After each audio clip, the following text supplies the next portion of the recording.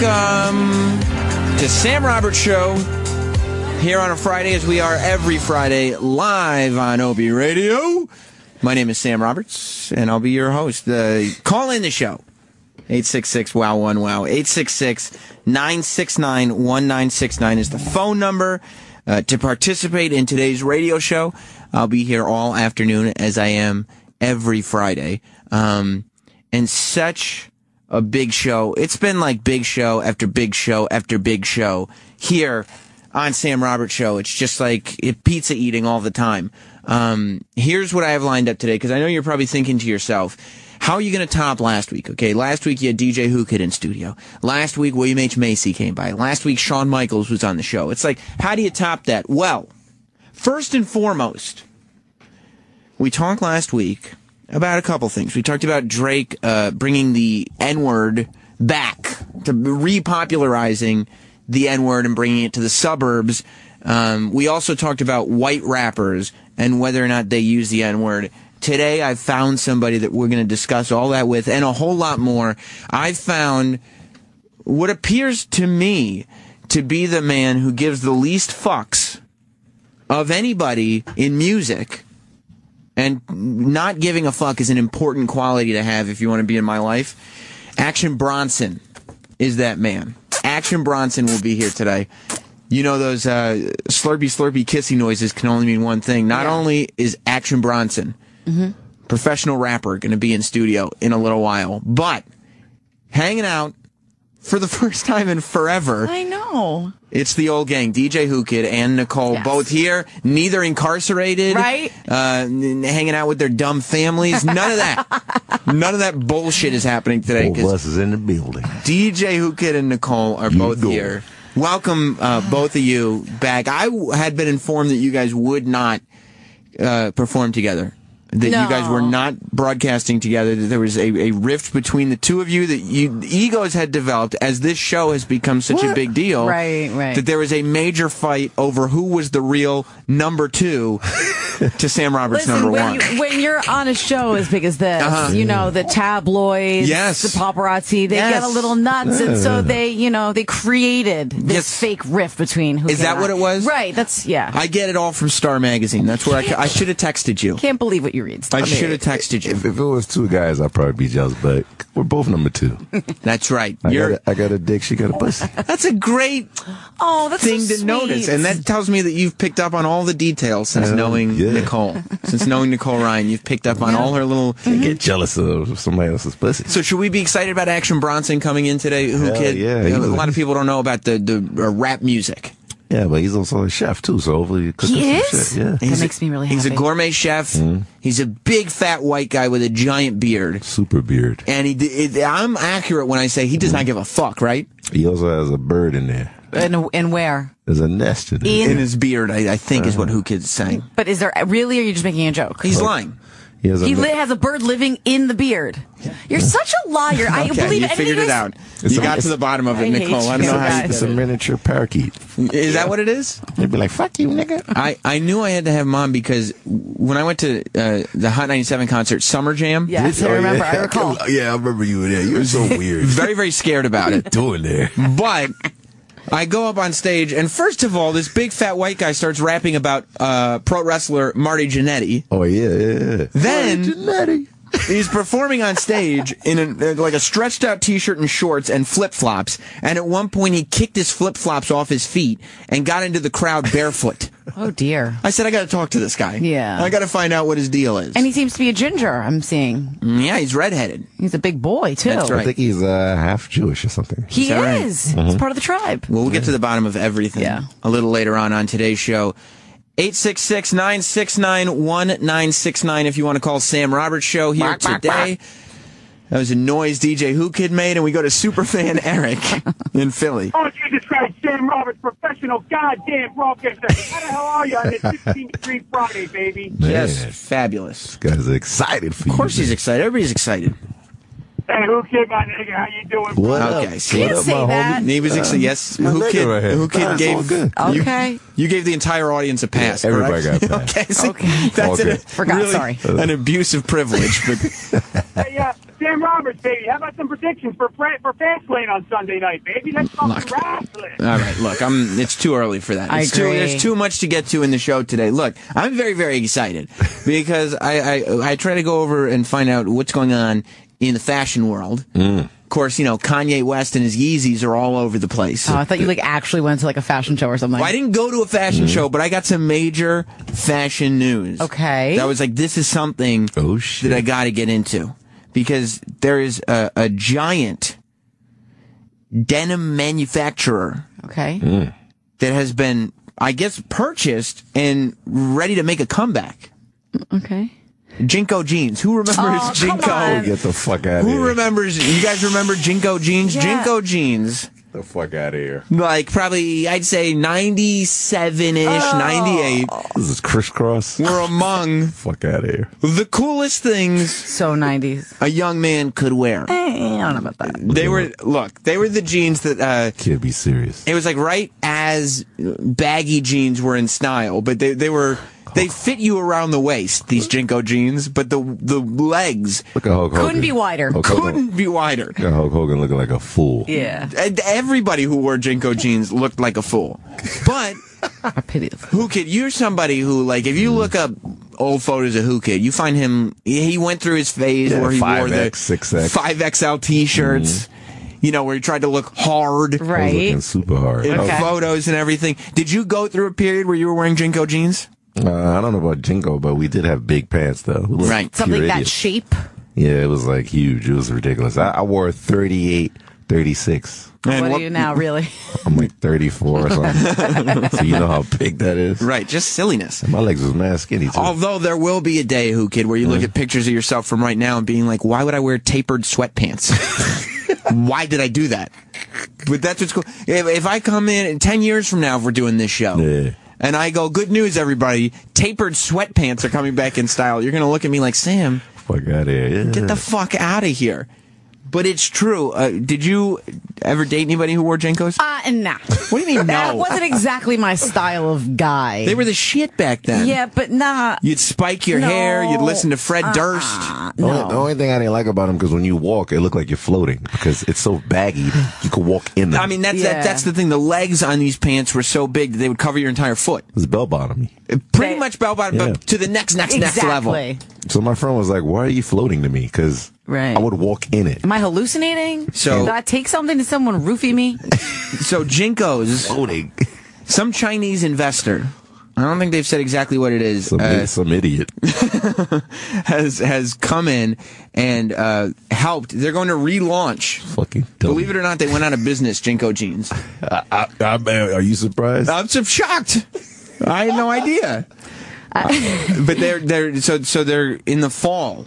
This fall. Yeah. Jinko jeans are going to relaunch with a range of styles, including slouchy knit jeans and joggers, in addition to its signature jeans featuring leg openings ranging from 20 to 23 inches. Fashion is cyclical.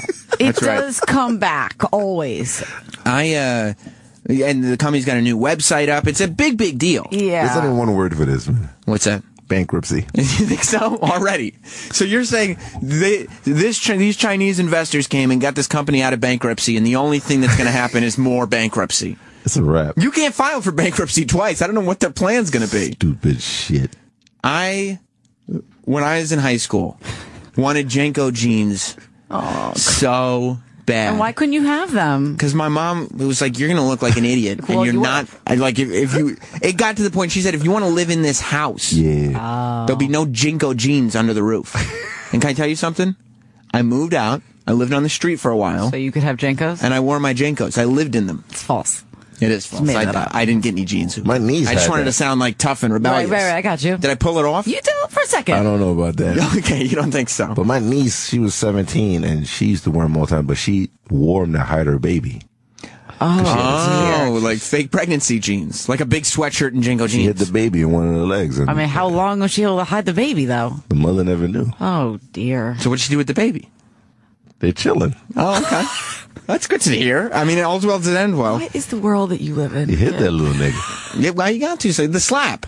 We'll talk about episode 2, by the way. Are you watching the slap? No. It's my favorite show. What? You watch the oddest television. Who are you? Brian in New Jersey, welcome to Sam Roberts Show. Hey, What's listen, up, pal? if you were a little more popular in high school or went out at all, you would have noticed that all those kids that were going and wearing those giant pants were going to parties in the city and smuggling drugs into the parties. Is that what they're for? Sneaking ecstasy in? They had all secret pockets in there so that you could stash shit when you go into the party. And when they check you, who kid knows, when they check you in the club, you hide it. They have pockets in the fly. They have them in the legs, all over the place. So yeah, but how do you casually get a pill out of the pocket in your fly without making it seem like you're pulling your dick out? Yeah, you can't. No, you can't. Go to the bathroom to go take a piss.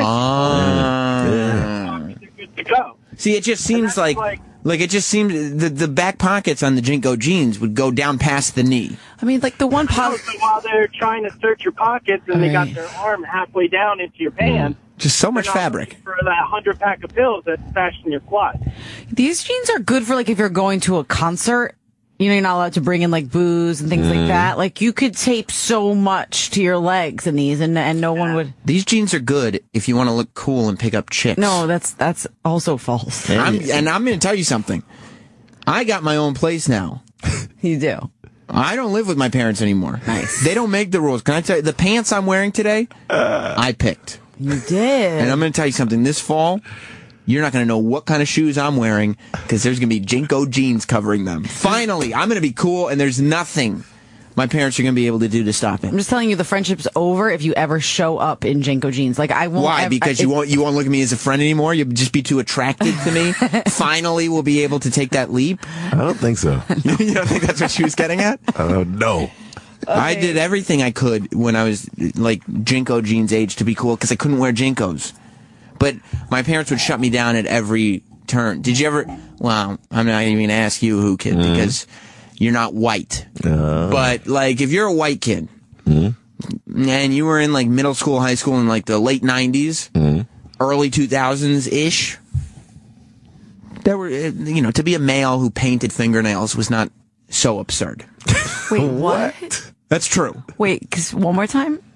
If you were in high school or middle school in the late 90s into the 2000s, being a man, masculine individual who maybe painted their fingernails was not such a big deal. I mean, I feel weird right now. I mean, if you painted them black. Black was the color. Did you do that? Yeah. Yes, I did. Okay, well, I'm leaving now. I did. It's past tense, Nicole. You got to move forward with me.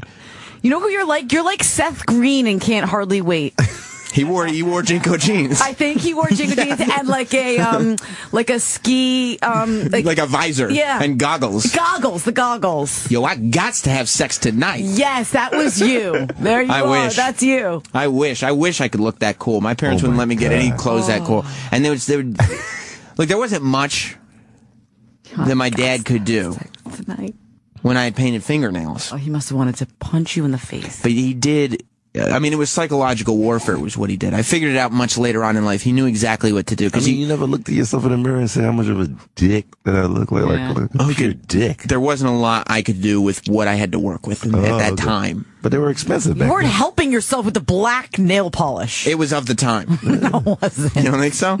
No. I will tell you this, to your credit, I didn't get laid and have black fingernails at the same time. Okay, thank you. There wasn't a lot of crossover there. Okay. Especially with those pants. Right. And the Jankos. Maybe that's what it was. Maybe if I did have the Jankos, Right. then it would have been like black fingernails, Jankos. You'll never know. I won't. Until fall. Right. But my dad did. I'll never forget. This is one of those things where with one sentence, you just destroy a human being. Okay. Because if he had yelled at me or said that wasn't allowed or do anything, well then it's I'm being rebellious. I'm going to keep doing this. Right. Blah, blah, blah. I painted my fingernails black, and I'll never forget. I didn't tell my parents I was going to do it. I just did it because I was super badass like that. Yeah, right. Totally. And my dad walked down the stairs and he looked down at my fingernails, and then he just looked up at me and he went, "Hey, sweetie." And then kept walking, and I was Your like, dad said? "Yeah," and I was like, "Oh fuck!" Like you were his daughter, Right? Hey, sweetie. That's what he said. With nail polish on your nails. That's what he said. But what if I had been a genderqueer? Then that would have been inappropriate. But you weren't. But Sam. in that moment, I was like, This is really stupid, isn't it? When he says, "Hey, sweetie," immediately. Good. That's but I didn't stop. He's like, my son got a pussy, man. Success, Dad. Success. I called his boss. Maybe that's what it was like. There might have been unspoken. He didn't actually say those words, though. I mean, the Jackson 5 used to wear those pants too, right? So No, they wore bell bottoms, not full on Jenkos. Oh, they weren't Jenkos? They were tight and then belled at the end. They weren't like full bell from the crotch. And look at the Jacksons. They all turned out just fine. For real? Yeah. Yeah. Fuck out of here. Kevin in Maine. Hey, Sam. You're a douche for painting your fingernails in high school. What is wrong with you? Yeah. Everybody in my high school would have beat the shit out of you. Oh, wow. Well, you know what, Kevin? Maybe everybody in your high school wasn't unathletic and looking for acceptance. Okay? Kevin, that was so angry. Yeah. Thank the Lord for realistic fans. All right. Thank God.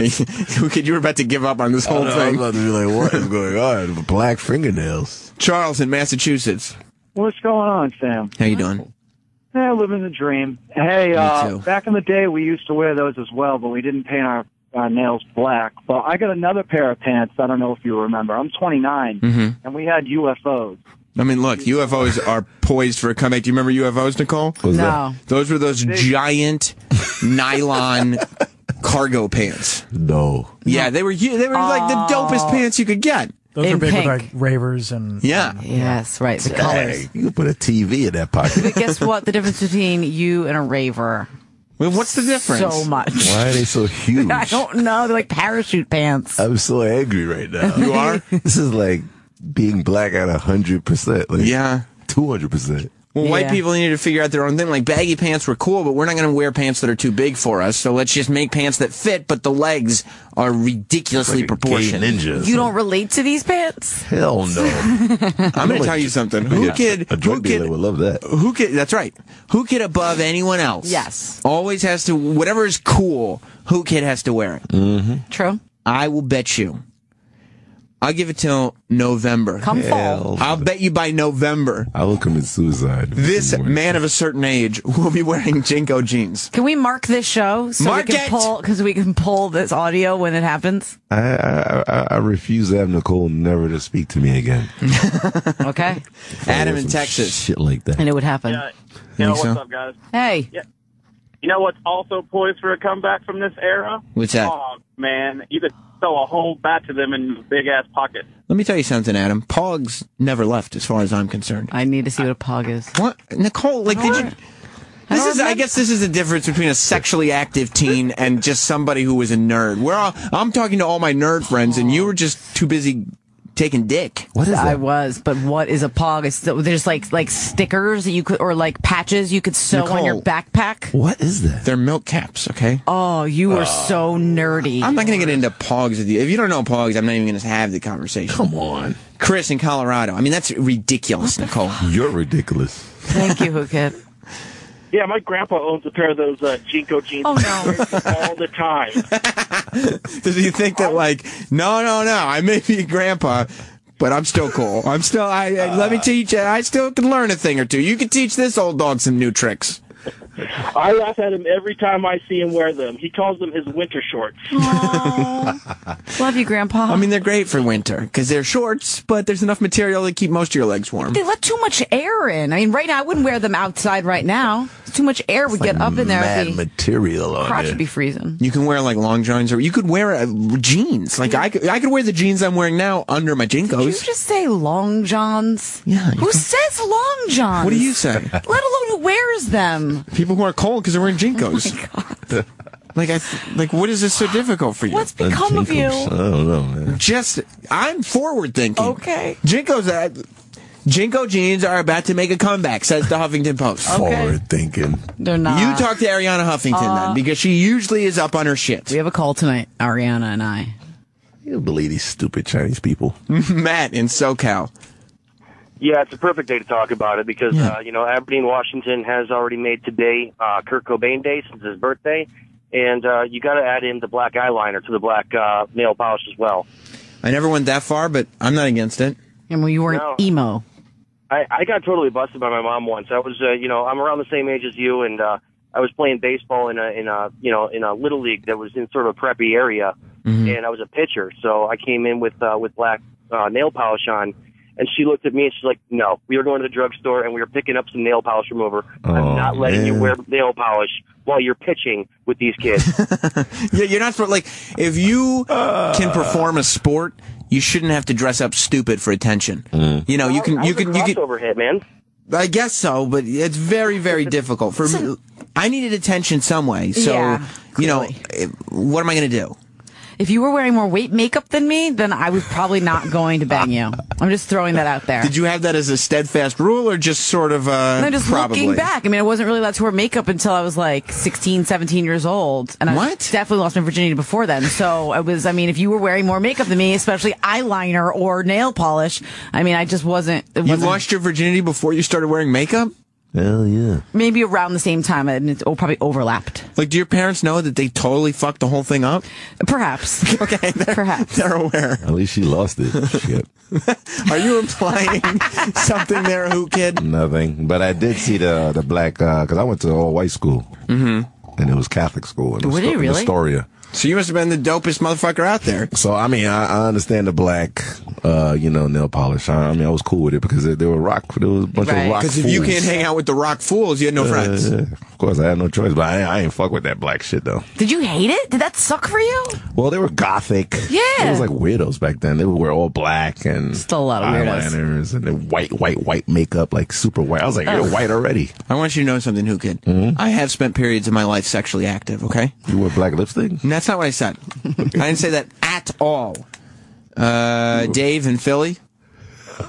It's Chippa. Okay. Lady Trucker. Good afternoon, Sam. Good afternoon, Who Kid. I mean, Lady Trucker. He's fucked up. Well, you got me all like, I didn't say black lipstick is the only thing. I mean, you have racist nail polish. What are you talking about? It's not, it's the color black. I don't know. Fuck, man. Also true. That black paint shit. That's ridiculous. Ridiculous. Hey, Hill Kid, I got a question for you. Mm-hmm. So is 1 week considered fashionably late nowadays?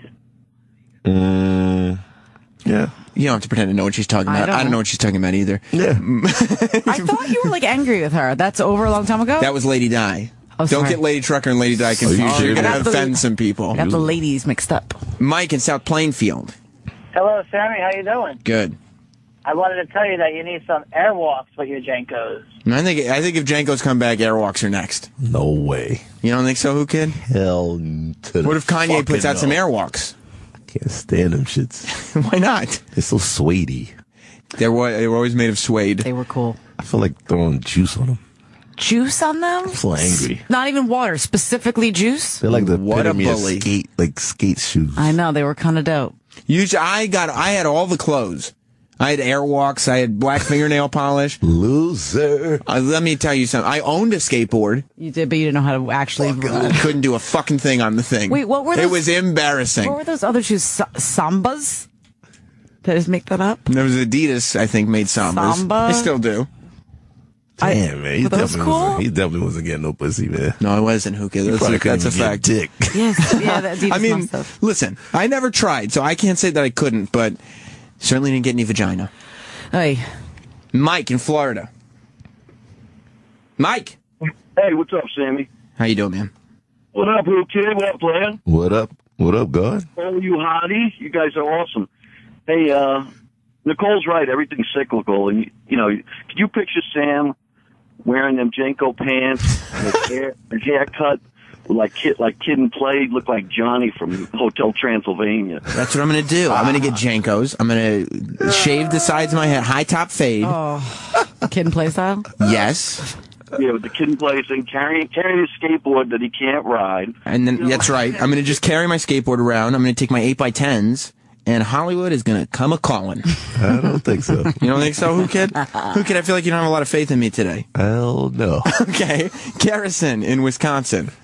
Hey, Sam. What's up, buddy? Hey, I think Central Wisconsin was ahead of the fashion world because we were wearing flannel and jeans and shit kickers during the grunge era. Shit kickers. I believe that's the one name for Doc Martens is shit kickers. One of the kids that I went to school with in high school went down to Chicago, went to a mall, came back wearing these. I I don't know if they're the jeans you're talking about, but they're big, like huge legs with that's giant dollar bills on them. That works. Yeah, I'm sure they made some Jenkos with that dollar sign on it. Yeah. Badass. That means you get money. We verbally abused him so much that he actually went down to the locker room and put his gym clothes on to work for the rest of the day. Oh, what an accomplishment that is. Well, see, you can never be the first person to put the Jenkos on, but recognize the trend. You know what I mean? Right. Recognize the trend. Yeah, like, I recognize all right. 8th grade was like a competition over who had the baggiest legs on their jeans. Yeah. I lost every time. What school was this? Wasn't allowed to get Jenkos. Right. What school you went to, man? It's Westchester, Bestchester. You should have like sewn your own. Just cut open my jeans and had. I mean, it would have looked the same. That's stupid. Like, Mom, I'm going to need 2 pairs of jeans. I can't tell you what for. Right. People did that in my high school. They cut the jeans open and make the legs even bigger. You would cut it open, then you take another piece of fabric. See? And you would make it even wider. Travis, these people don't understand. I feel like the Nicole and Hookin come from Mars or something. Different world. They don't realize that there was a time in these United States of America where in order for, I guess it was a white kid, a male, to be perceived as cool, I guess so. they had to have the biggest legs on their jeans humanly possible. Now, where I came from, the width of those legs also determined like what kind of music you listen to. I was more like punk rock, like rock. So mine weren't like huge, but like the ravers. I mean, if you could get 40 inches around, then you were going to party. And then the skinnier that they got, then what kind of music was that if they went even skinnier than what you wore? Music to get your ass kicked by. Yeah. Okay. It's like Barry Manilow or something. Gotcha. Get the hell out of here. I just wanted my jeans to be whatever was the proper length for maximum acceptance. And width. Width for maximum acceptance. Right. Tom in Allentown. Sam, did you ever cut the bottoms off of your Jenkos? You know what I used to do? You didn't have Jenkos. I didn't, for the record, have Jenkos, but I did used to get my jeans, and throughout school, I would try to walk on my heels. Yeah. Because I wanted the backs of my jeans to wear down, so then I could rip. Ripped up. Except, you know what would end up happening? Because all my pants fit me, because my mom made me get clothes that fit. Right. Yeah. So then I would have I would be walking on my heels trying to get something to rip, and I'd rip off the end of the jeans, but the jeans fit. So when you rip off the bottom of them, they're way too high. So I got high waters with rips on them. Oh my God, it couldn't be worse for you. Worst look ever. I mean, stating the obvious, my friend. Wait, did you wear skinny jeans? Your mom, maybe your mom was ahead of the time. Maybe she was asking you where skinny jeans are kind of cool now. They were just shitty Old Navy cargo jeans. Okay. It's the worst thing. Old Navy cargo jeans that were a little too short because the ends were ripped off. Okay. You could see my ankles sticking out of my airwalks. I feel like you're bitter about it. It wasn't a good time. Okay. It wasn't a good time. I got picked on by Mexican kids every day. Why Mexicans? Because there were Mexican gangs in my school. There was? Yes. Why have you never shared this with me? In Westchester? Yeah, in New Rochelle, there was all kinds of Mexican gangs. Poor baby. Get out of here. I got a thumbtack put in my shoulder one day. You didn't. Yes, I did. This guy's so racist, he can't tell who's Puerto Rican and who's Mexican. Wait, what did you do when the thumbtack went in your shoulder? Did you call someone? Did you go to the principal? Snitches get stitches, Nicole. Everybody knows that. I think they were Puerto Rican, man. They were Mexican. No, they weren't. There's no Mexicans in fucking Westchester. Don't talk to me about Mexicans in Westchester. There's a lot of them. And I think I've told this story before. Get out of here. But one time in my jeans that fit and my probably white zombie t-shirt that was a size large, even though I was 3'7", a Mexican kid named Jose said, "Hey, Sam, come here. I got to tell you something." Mm-hmm. And so I said, "Oh, cool. Jose wants to talk to me." And I was like, "Oh, what's up?" He's like, "It's a secret. It's between classes, so the hallway's full." Come here, Holmes. And I go, "Yeah." Yeah, he goes, "Andale." I go, "Oh, that means quickly." Okay. And so, rapido. And so I go, okay, Jose, I'm coming. Andale. I think it means it means the same thing. Arriba is what he said. And I said, "Oh, that means quickly." And so I went over to him, and he took off his sombrero, and he wasn't wearing a sombrero, but I went over to him, and I said, "What's going on, Jose?" And he leaned in to tell me the secret, and he took a thumbtack and he put it on my shoulder and walked away laughing. Did you cry or scream or what happened? No, I didn't. I just said, "What happened?" And it wasn't a lot of pain because I was wearing a shirt. But did you feel so sad? I'm feeling so sad for you right now, like little Sam. Fucking loser. Yeah, that's the problem. I looked around to make sure that none of the other kids had seen. And I don't think anybody saw it. And if they did, they were polite about it. But I just, took the thumbtack out and went along my business with self-esteem destroyed. Gangster. I can't. I hate bullies. Seriously. Well, maybe I wouldn't have been bullied so much if my parents would have let me have Jinko jeans. That's the point of the story. Gotcha. That why would Jose want to put a thumbtack into the shoulder of a kid with cool pants? You're right. As opposed to shitty cargo Old Navy jeans that I had torn the ends off of because I thought it was cool, even though they already fit, so they were too high. Maybe you need to have a sit down with your mom and let her know how you feel about what she did. She fucked it up too. Just like your mom fucked it up, my mom fucked it up. Okay. In the opposite way. I got you. You know what's the number one thing all your fans are thinking about right now? What's that? How much are these jeans? Gotta get one pair. Yeah. What do I got to do to get these Your jeans? fans, though, not my fans. No. Sam's right. I got to get a pair of these Jinkos. Holy shit! How much it just cost anyway? How much were I'm you? sure regular jeans. Huh? They cost regular. Regular. Yeah. Like $30, $40? Yeah. For real? You get them at Pacific Sunwear. All that material for $30? Somewhere. That's back before it was PacSun. Yeah. Holy shit. I will. You know what? I still, to this day, when I go to a mall, I'll go into like Zoomies and Pacific Sunwear, and I'll look around and I'll be like, I wish I was still in high school. And I could buy some of this stuff, because I'd be cool now. What's stopping you? You can still get it. Yeah, but now I'm going to look like a fucking 31-year-old wearing Pacific Sunwear. Exactly. Would you walk by the store with your mom and be like, I wish I could go in there? And she's like, we already went shopping upstairs at we Old went to Navy. JCPenney already. Yeah, we went to Penny's. Do you snap when you're with your mom walking by that store? Like, see what you did, Mom? Yeah. No. It's beaten into me. No, we're not stopping here. And I just look at that yellow windowy You gaze thing. longingly. Yeah, and all those cool hoodies and chicks that work in there and everything. They weren't giving me the time of day. I'm so happy because I look like chic too. I look like Corey Matthews in Old Navy jeans. Totally Corey Matthews. That's what went on in my life with You a just wanted to be thumbtack. Sean. All I wanted to do was be Sean. I never saw one episode where a Mexican kid put a thumbtack in Sean's shoulder. Now, when you get these Jenko jeans, are you going to call Adrian over and just put a thumbtack in his shoulder? Fuck yes. I'm going to be that guy. 110%. I think that's cool. Well, you know what? Oh, my God. Don't do that. What goes around comes around. No, that's not how it works. I believe it's called karma. What does Adrian have to do with Jose? Nothing. That's Adrian's battle. I'm talking for me. Can we look up the word loser? No. There's no reason to look that up. It's not what we're talking about. It's totally off topic, Who Kid. Totally off topic. Well, at least you got what you wanted from your mom, so your mom's was cheap. No, I didn't get what I want from so my you mom. didn't get it? Never got Jinkos. Oh, so we're both the same. I wanted jellies. My mother wouldn't get it for me. Jellies? Aren't those like girls' ballet shoes? No, they're like girls' sandals that I wore when I was like 5. What? The green ones was crazy. Can you look up jellies right now? No. Jellies are girls' shoes. Yeah, they are 1,000,000%. I'm going to get I think actually Parker had a pair. What? Yep, there they are. Those are jellies. Jellies are girls. There you go. Jellies. Who Kid, what did you want to do with a pair of jellies? They had the homie ones. I used to play dodgeball with them. Homie jellies. What? Please don't say you. Look at the scar on my chin. I slipped. You played dodging the girl ball. shoes. No, you they played weren't. dodgeball in jellies? Yeah, I was chilling. Look up jellies for men. Yeah, maybe that's what's going on. Oh, no. This is Kid. like the 80s. Oh, this is bad. Who Kid? You can't wear jellies? Did you wear skirts too and be like, oh, these are the homie skirts? No, it was because it was clear. I wear a dress, but this is for men. Men's dresses. Yeah. I love jellies. Yeah, of course you So did. did I. Just so much weirdness going on. Nicole, I can accept that from you because you're a female. You know, As Who Kid, you pointed out earlier, you have a penis. Nicole has a vagina. Yeah. I do. Ian in Ohio. Hello? What's up? No, jellies. it's Dan. I don't care. What's going on, man? Oh, I'm sorry, Sam. It's all good. Well, fuck it. This isn't what I want to say, but Who Kid's probably wearing Crocs right now, too. Yo, man, Crocs is my shit. I play cricket in those things. I ain't gonna fry at him in Australia. Did you wear a chain wall with your Jinkos, too? Listen, I told you, I didn't have Jinkos. But to answer your question, did I have a chain wallet? The answer is yes. Of course you did.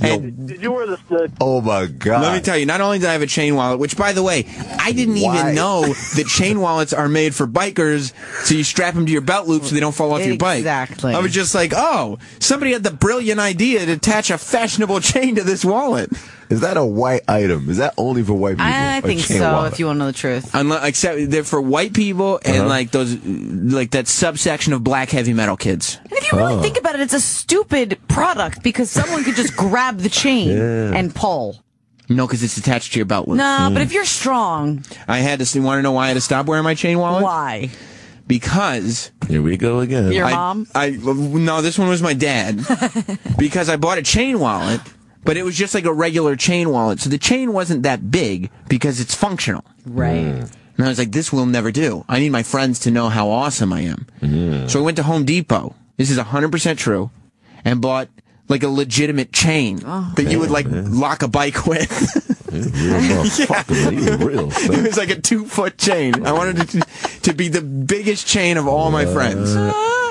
And I attached that to the back of the wallet, and then I had to find some kind of thing to clip it onto my belt loop, because I tried a paper clip, but the chain was way too heavy for the paper clip. Wait, when you went into Home Depot, what did you ask for? Did you tell them what you were getting? No, I said I need a 2-foot length of chain. Yeah, Nicole, this motherfucker's crying. It's really embarrassing. It's really he's really crying. Horrible thing to do. But he cries a lot. So I got this 2-foot length of chain, and I attached it to the original chain wallet. And then I wore it around my house, and my dad started screaming at me. He said, you can't wear a fucking chain around the house because all of the wooden chairs now have nicks on them because a giant chain's been knocking against them while you eat. Knock it off. You poor parents. With your black fingernails and 2 feet of chain hanging off your belt loop for no reason. From Home Depot. From Home Depot. It's a regular chain.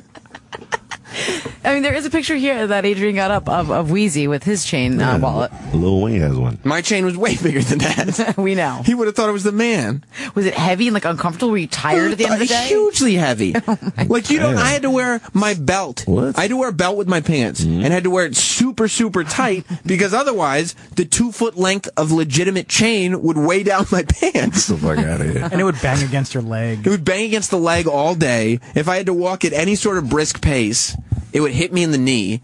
It was so stupid. And forget about running. Yeah, well, he wasn't running, please. We had to put ours in our pocket at school. You did? Yeah. Well, see, that's why. My chain wallet would have never fit in a pocket. Never. We know. Oh my God. Because it was a 2-foot length of chain. You poor schmuck, Sam. I love you so much, but all these things I'm realizing about your childhood are making me feel really sad for you. And they were all my choices. Yeah. They were all like, okay, this is me thinking like, okay, I got to do something here to, be cool. That's why I'm trying to find a meaning of loser. Maybe your face is on there or something. I don't know. Where's the dictionary at? Good Lord. I spent a lot of time trying to... Okay, Adrian, you just pulled up a photo of me. Looking very confused. Yeah, that's not... That doesn't say loser. Tom in St. Pete. Hey, you guys got me going down White Boy Memory Lane. We rocked the Jankos in '98. Sammy, me and you were about the same age, man. But this is for Who Kid. Yeah. We had a crossover, man. Did you wear breakaway pants and those carpenter jeans that were Tommy Hilfiger? Yeah. I used to rock those too. Yeah. We were white kids in 8th grade. We didn't know what the hell we were doing. You know what the boys were wearing when I was in 8th grade? And maybe this is because I was like in Trashville, Syracuse. Don't be offended. I love Syracuse more than anything. But Carhartts. Like Carhartt. The beige ones? The beige ones? Yeah. Well, that's because you went to school where like the boonies. Guys hunt and are homophobic and are like kick the shit out of anyone who's different. Right. Like that's like people don't understand that like upstate New York and middle America and the South, like everything, it's all the same really. And it's like whatever's different, we beat up and we do work. I'm sorry, I can't see Nicole in the car. No, I wasn't wearing them. The guys that I hung out with wore them. You didn't wear Carhartt? You didn't wear Dickies? I was not wearing Carhartt. Oh, you had them on. I was like, damn, man, are you serious? Vinny in Queens? Hey, what's going on, y'all? How you doing? Who Kid? My man, you fucked up with them jellies. Yo, those were specifically for females. That was never for dudes. Thank you. I really didn't know. Thank you, Vinny. Nah, man, how do you don't know that? Yeah. Toes and all of that, I ain't gonna front. I was playing dodgeball with those things. I was slipping everywhere. Because they're not meant for sports activity. For real? For real. Nicole said she felt sorry for Sam, but I think you need to feel sorry for this young man. You're right. You're right, Vinny. You're right. I mean, at least all the loser stuff I was doing was like stuff that like loser guys do. Right. They weren't pink or red. They were green. Yeah, I had women's green ones shoes too. That's like saying like, look, I bought these stilettos. Don't worry, they're blue. Right. Right. Boys wear blue. Correct. Look, my pantyhose are black, so don't worry about it. It's not a feminine color. They had to be male. No, I think you're completely wrong. This is the 80s. Someone was playing a joke on you. I remember Run DMC was out. out. And wearing I was playing jellies? dodgeball in the backyard. You were like, my Adidas, no, my jellies.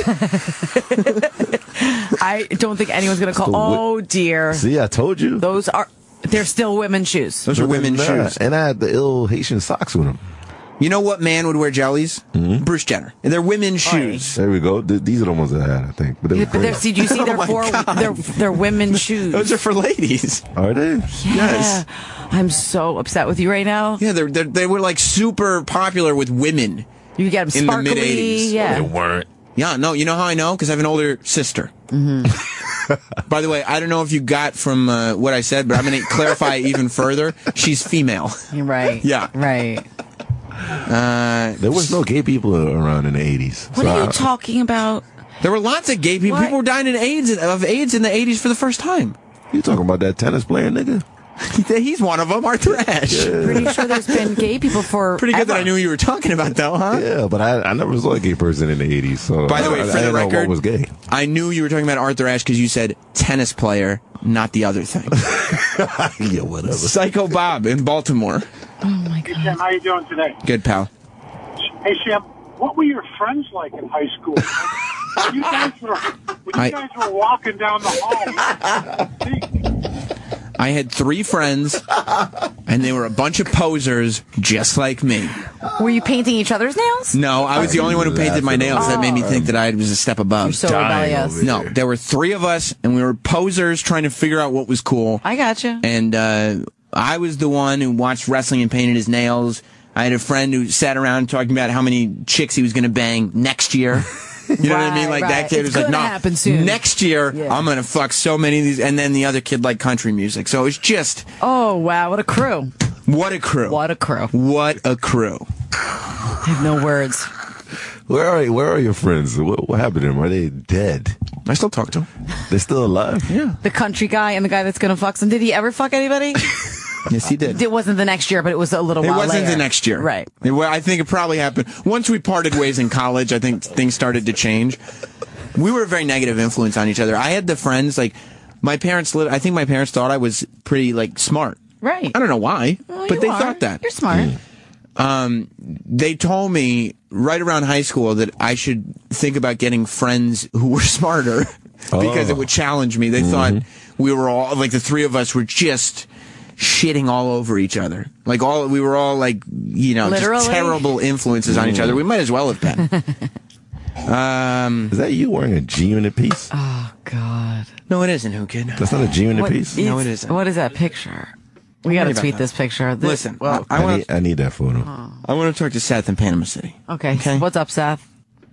Hey, what's wrong with Carhartt and Dickies? I wear the shit out of those. No, nothing's wrong with them. I'm just saying that's what, when I was younger, I remember the boys wearing. I don't remember them wearing Jenkos. If you're in 8th grade and you wear Carhartts and Dickies, like, you beat people up. Yeah, most of those guys were really bad and scary. Yeah, so, I mean, okay, I got nothing to say. Right. Oh, no, I'm not hating on them. Don't think I'm hating on you. It's okay. Okay, I don't want them to be upset with me. Don't worry about it. Okay. You can't. If you're pleasing everybody all the time, you're doing something wrong. Okay. I mean, I thought Nicole used to wear them. That's why I was bugging out. That's false. Carhartts? Yeah, that's kind of crazy. Travis in Boston? Sam Roberts, thank you very much for bringing me back down suburban nerd fucking highway. That's where we live. Awful. That's where we lived. Awful. All right. I live in the suburbs of Boston. I come from Salem.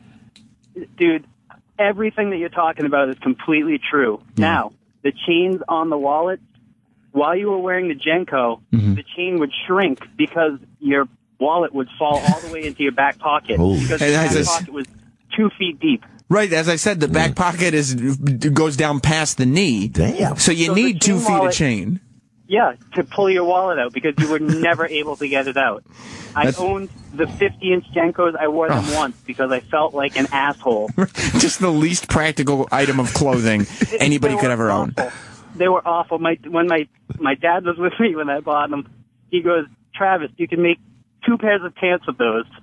And I'm like, yeah, Dad, but they're cool. Yeah. I mean, the fact that you went to a home improvement store. Are you talking about Home Depot? Yeah. To get your extra, extra large chain. Are you saying most people don't go to Home Depot for fashion accessories? Perhaps that's what I'm saying. Well, yeah, Nicole, what would you do if you were, you're about to get married and your husband-to-be had to put Jinkos on at the wedding? Most likely it would be over. Is there any Jinko weddings online? Anybody want them? I'm sure. If they were, when they were popular, maybe a couple people rocked them. Yeah, get a custom suit made. I'm going to need the legs to be taken out a little bit. No, a little more. No, a little more. Thank God there's none. I mean, this was the same era when people were wearing like dog collars that were actually dog collars. That is true. And when I say people, I mean Sam Roberts. Oh, no. Stop admitting these things. Stop with the list. I did not wear a dog collar. Did you wear a dog collar? Come on. Did you wear a dog collar? Because I'm leaving. I can't do Are this you anymore. asking every day or if I ever did? Ever. You wore a dog collar? Not every day. Oh, my God. I think Justin Timberlake had a pair of those. Look at what Justin Timberlake wore a denim tuxedo to the MTV VMAs one year, And okay? everyone made fun of them. Well, so get off my back. Wait, did you wear a dog collar? You didn't answer me. Did you wear a dog collar ever? I will kill you if you wore one. That Just happened. Lie. Just lie. I can't lie. Kid. I'm not. That's not what this is about. Then what did your parents say to you? I mean, that is rock bottom, a dog collar. You think so? Yeah. With spikes and everything? No, it was a chain dog collar. Word. Oh. It was cool. No. Was. No. But things changed. No. What color were they? Brown? Black? No, it was a chain dog. It was metal. I can't. What are you, a pit bull or something?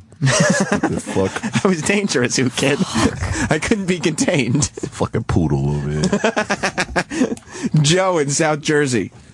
Yo, Sam, what's up, man? How you doing?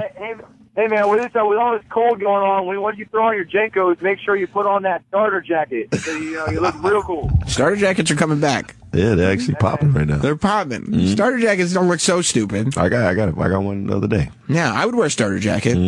Because that's just like a throwback jersey, like, you know what I mean? It's just like a team logo or whatever. I'm actually wearing one for Boston. I got booked for St. Patrick's Day. And you're in Boston, and I got a starter jacket. Is it green? It's green. Yeah. Celtics? Mm-hmm. That's what I'm talking about, who kid?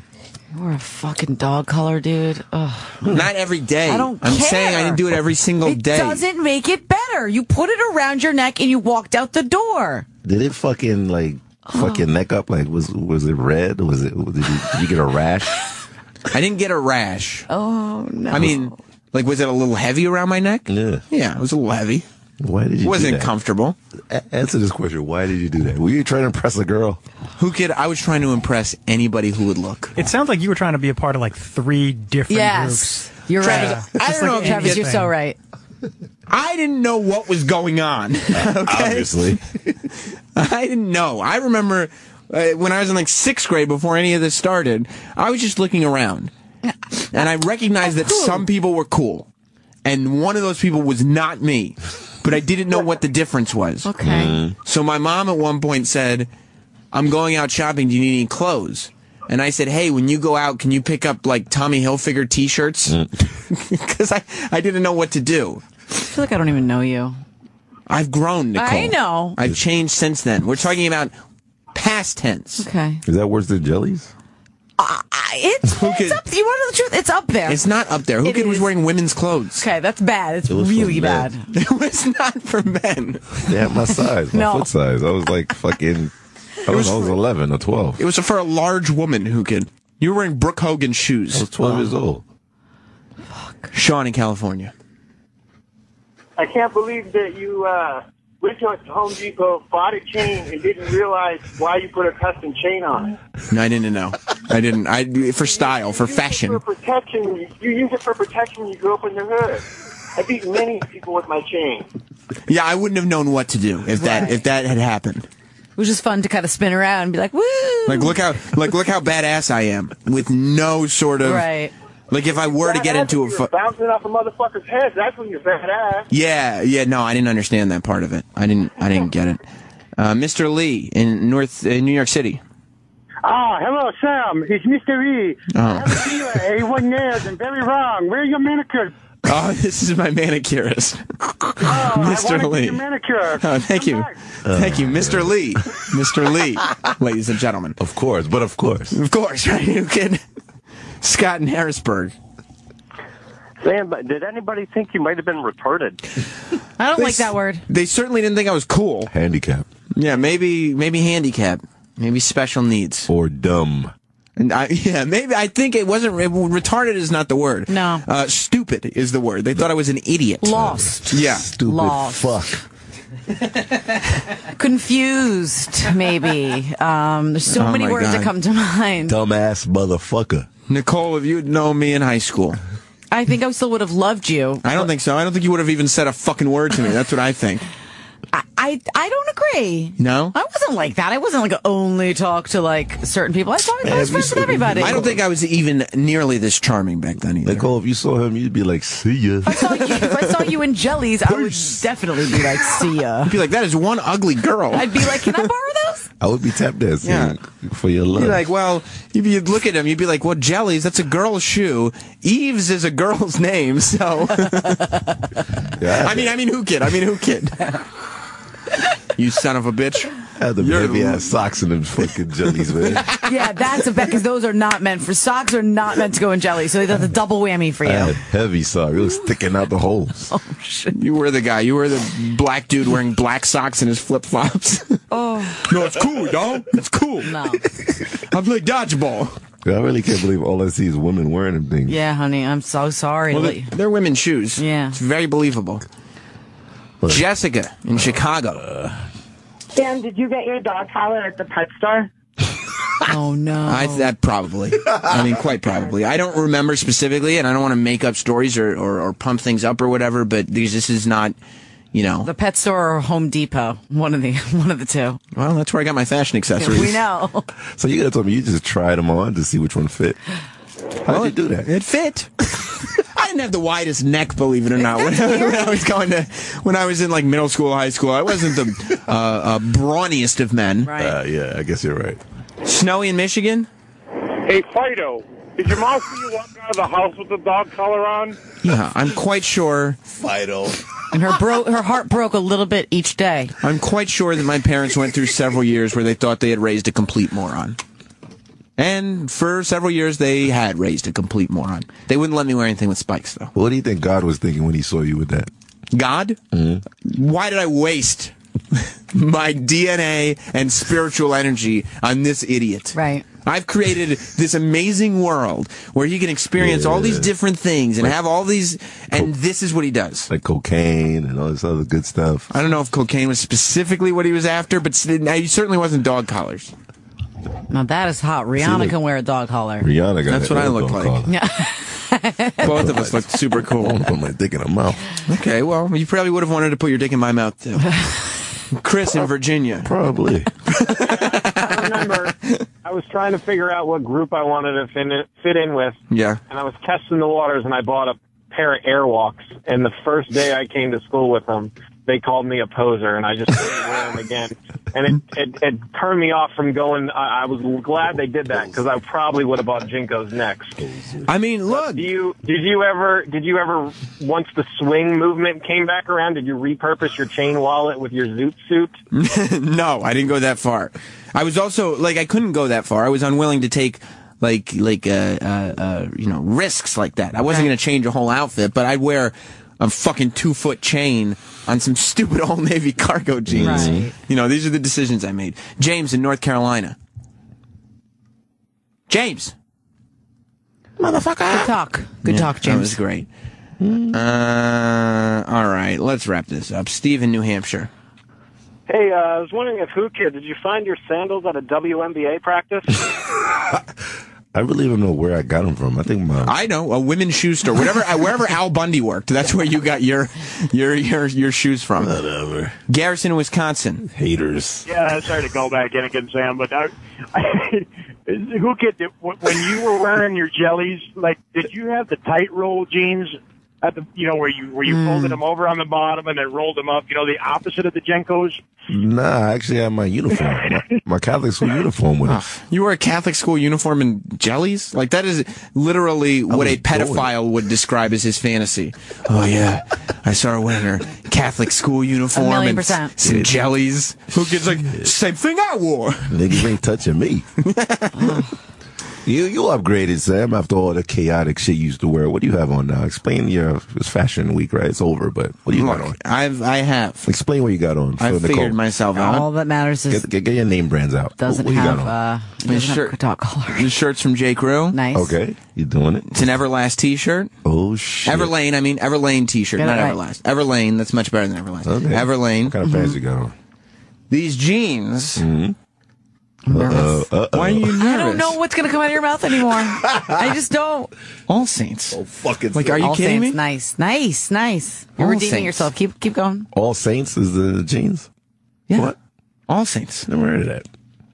What is that? You never heard of All Saints? All Saints is dope. It's dope. All Saints is the dopest shit ever. It's like white boy jeans. Jay-Z mentioned All Saints in a song. Hey. Oh, for real? Mm-hmm. He said, All Saints for my angels. Alexander Wang, too. Well, get the fuck out of here. And, what you got on? J. Crew boots. Nice. Okay, and my socks got a little flare in them. Okay. Just a little splash of color. There's like pink on there.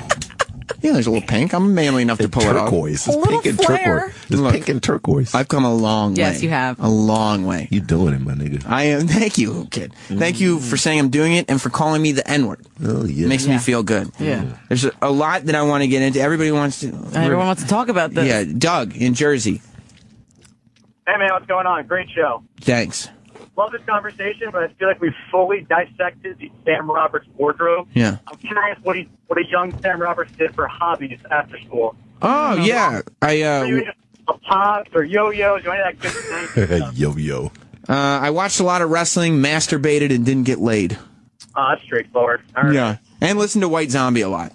That was my life. Yeah. It was a great life. It was. You know what? Looking back on it, I wish I spent more time doing all of those things. Yeah. Repeatedly. Yeah. On repeat. That sounds like vacation now. Yeah. Like when I get a week off work, oh man, I can't wait to masturbate, watch a lot of wrestling, and play Pogs, I guess. I don't know. Right. Sounds great now.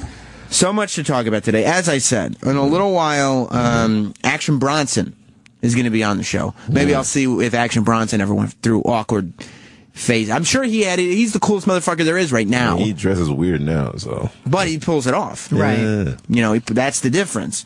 There's a couple of videos I want to play for you. We should talk about the Oscars, I guess. We got to get into episode 2 of The Slap. Who kid? You got to experience episode 1 with me. We got to do it. Come Are you watching The Slap? No, I'm not watching The Slap. Why? I don't watch anything you watch ever because you watch the weirdest shit ever. Yes. Nicole, I don't like good TV. I like bad TV. We know. Horrible. We know. TV. And I like to share that. So, a lot to get to here on Sam Roberts Show. Stay tuned. A lot more to come. My sentiments exactly. Welcome back to Sam Roberts Show. Getting a lot done. Probably revealing way too much.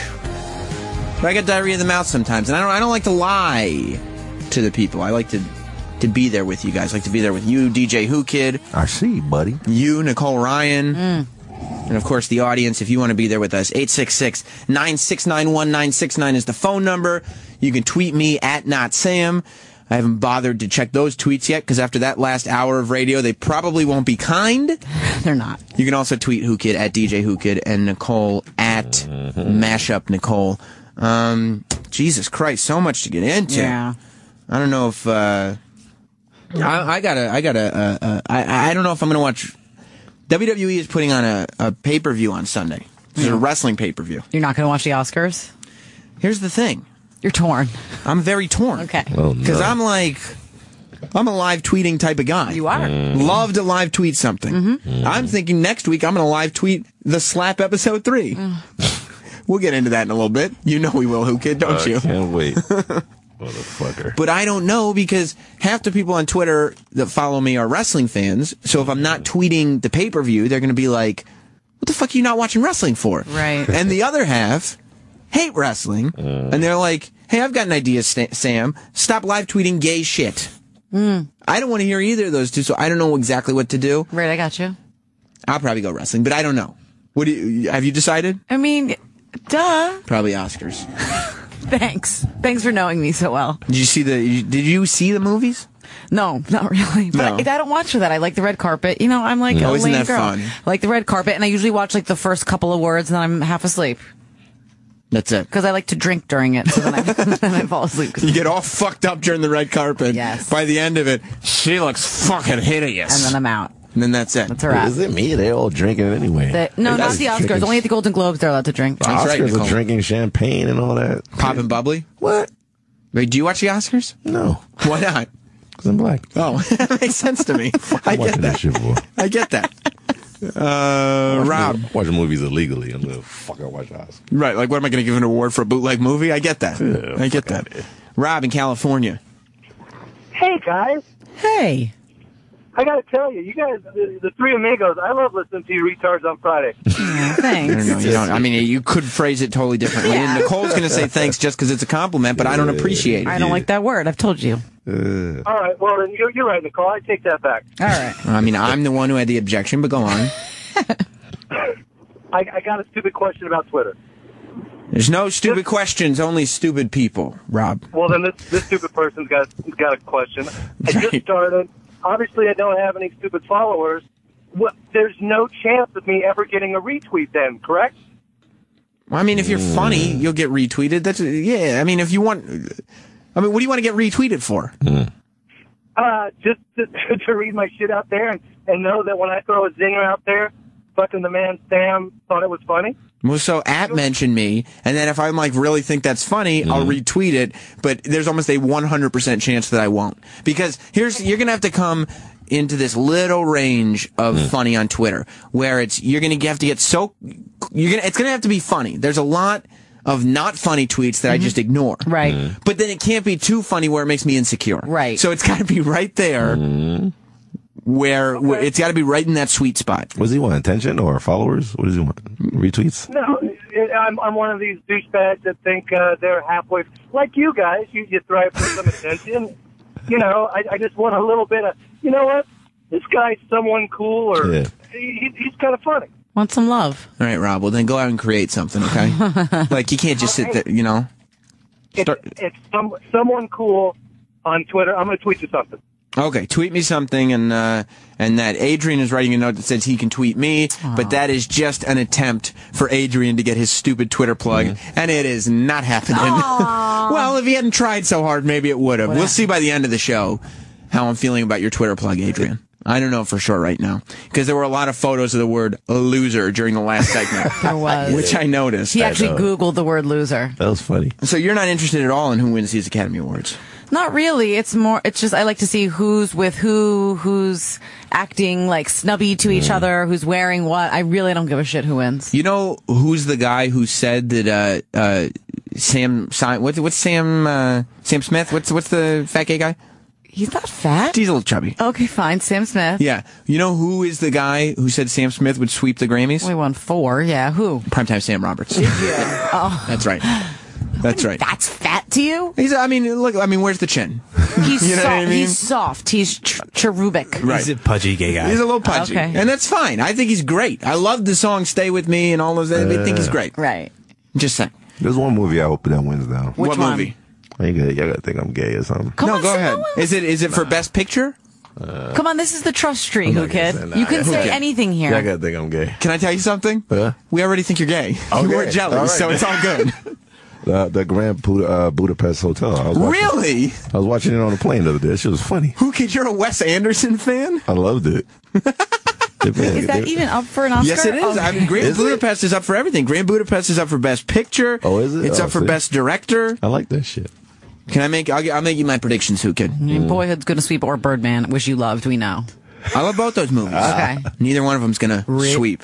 What's gonna sweep? No one's gonna sweep. Okay. They're gonna play with the emotions a little bit. Because I'm gonna tell you something. Grand Budapest Hotel, Wes Anderson, he's getting Best Director. Because the Academy loves Wes Anderson. And now it's like, this is your moment. We're giving this to you for Tenenbaums and everything you've ever done with Bill Murray. This is like Wes Anderson's thing. Like when they gave Scorsese the Oscar for Departed, it wasn't actually for Departed, it was for everything he's ever done. Right. So he's going to win Best Director for Grand Budapest. He's not going to win Best Picture, though. He's not? And people are going to think, they're going to be like, oh, well, obviously they're going to give it to the Grand Budapest Hotel. They gave it to Best Director, and they're going to say, wrong, because Boyhood is winning Best Picture. Boom! You think Boyhood too? That's right. Okay. Best Picture, not Best Director. Okay. Then, they're going to give actor and actress to Theory of Everything. Right. The guy and the girl from Theory of Everything, They're the Stephen pretty good. Hawking movie. Yeah. Yep, exactly.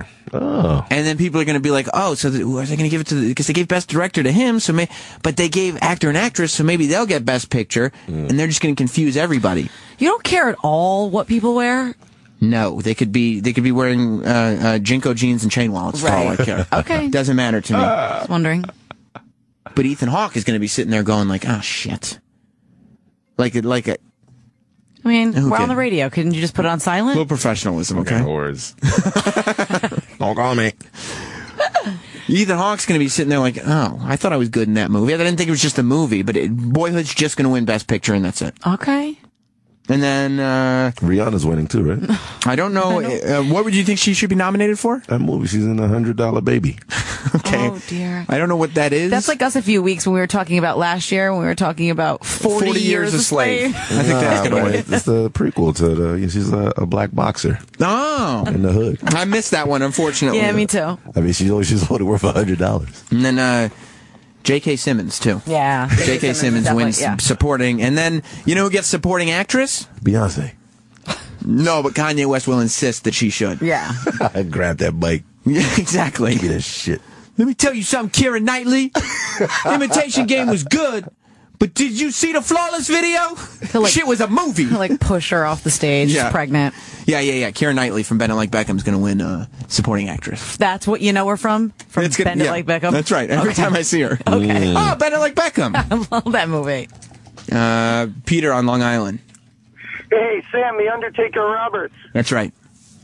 Listen, I was just talking to your very insightful and well-spoken intern. Mm-hmm. He told me you still have a Facebook presence. Is that true? Yeah, Facebook.com/NotSam. I thought you were fucking primetime Sam Roberts, and you just dumped out and went to Twitter. No, Streamline, baby. Not Sam across the board. Oh, by the way, Nicole, right now I am wearing Craftsman boots and dirty work pants. You're getting her wet. Sexual and violent all at the same time. Wow. I got a Carhartt. Yeah. All right, thanks, Peter. Derek on Long Island. Shit. Yeah. Hey, how you doing, everybody? Good, pal. Just curious if any of you had seen the movie Whiplash. Didn't. What your feelings on it are. I like that movie, Whiplash. Did you see Whiplash? No, I didn't see it. Basically, it's a movie about a kid who plays the drums. Mm-hmm. Oh, and then that guy's really like intense on him. His teacher is Schillinger from Oz, and berates him constantly, and he's very, very harsh on him, and it's almost like a thriller, like torture. I mean, he doesn't torture him. I'm like tying him He's a up. teacher. It's not 50 Shades of Grey. Okay. Oh, now that is basically the only movie I've seen in the last however many You months. saw that movie? I mean, yes. How was it? It was everything. It really strikes me as horrible. I didn't see it. Listen, it's not an Oscar movie, but I enjoyed it because I read all the books in like a week. Was there a lot of fucking in it? Yes. Good question, Yeah. kid. Really insightful. It was. What was how many minutes? Like 40 minutes of fucking? Most of it. Get out of here. No, not most of it. A good majority of it. There was some great scenes. Damn, the white guy was getting it in, huh? It was You know what the thing though delicious. is? There is porno. It was basically porno. But it's not. You know what the difference is between that and porno? Porno's better. Because there's people actually fucking and you can watch them. And you can see the dick go in the pussy. That's what I'm looking for, Who Kid. That's what I want to see. You can't see it, but it's insinuated, and sometimes that's all a girl really wants is just to like. Just the idea of it turns me on. fantasy of it. You don't want to see the dick go in the pussy? No, I mean, I saw sometimes when I'm seeing that movie, I did not need to see that. No. See, guys will look at a porno and go like this. Like when I watch porno, I'll go, yeah, prove it. So weird, Nicole. And then I have to see it. You're unbelievable. Because all like the Skinamax movies and stuff, like the softcore, it's like I don't believe that. I don't see. Prove it. It's cum coming out of that pussy. No, right I need to see that. between porn and Skinamax, like I'm gonna always choose porn. Right. But in this case, I really enjoyed the movie. No, did you? Yeah. And I don't care if anybody thinks that that's lame. I loved it. Good for you. Did a dick go in the butthole? Yeah. Was that anal sex in the That was just like that, Adrian. Thank you for the picture. Oh, wow. 50 Shades of Brown? That's right. Listen, it was a great movie, and it made for a lovely evening for me. Let's did. just put it that way. Who would you see it with? Did it get your juices going? Uh-huh. Did your husband go with you? Uh-huh. I forced him. He fucking kicked and screamed the whole way and was like bitching about it the whole time. Did you do S&M that night? We wouldn't say we did S&M. Just did it. Just sex, though. Yeah. Okay. No tying. Jesus. I mean, there might have been something, you know. What was it? What was the thing? I mean, it's not like there's like a lot of like, we didn't get to in this movie like any of the real. So what was the thing that you were doing though? There might have been something. There might have been some tying up involved. Yeah, with what? I mean, do you have ropes? No, yeah, we stopped at Home Depot. You guys, your chains. It's amazing what you can get at Home Depot. What did you use? Sheets? It's none of your damn business. Yes, it is. I was so revealing in the last hour. Why wouldn't you want to share? Tube socks. Were you part of my jellies, right? And you had to, just joking. I was a tube you had to pretend, I'm stuck here. I hope nobody takes advantage. No. It wasn't tube socks? No, tube socks. What was it? It was a tie. It was a tie. It's long enough. That's the only reason. Not because you're like trying to be like all Did you call him Christian Grey? No. I wanted to. Did he tie you up by your wrists to the bed? Yeah. Is that what it was? Yeah. Well, not to the bed because I only have a backboard. I don't have. So what was it then? Just tied to me. Oh, so you just couldn't move your arms? Yeah. That's so weird. This doesn't even seem worthwhile. You could have just moved your arms then. No, you weren't stuck anywhere. But I didn't move my arms, okay? Why you want to be in my bedroom with me? Nicole, I've wanted to be in your bedroom for a long, long time. But isn't that rape? No, not if I... No, it's not rape if you're not actually tied to something, because she could have just moved. Like, were your ankles tied up? No, just my arms. So you could have just walked away. How can I have sex if my ankles were tied together? Rapists do it every day. And that's a shame, quite frankly. I'm sad about that. You need to open your legs. No, yeah, I know, but you could still do like one of those plie moves. Right? I need deodorant. Yeah. She got me that horny. Me too.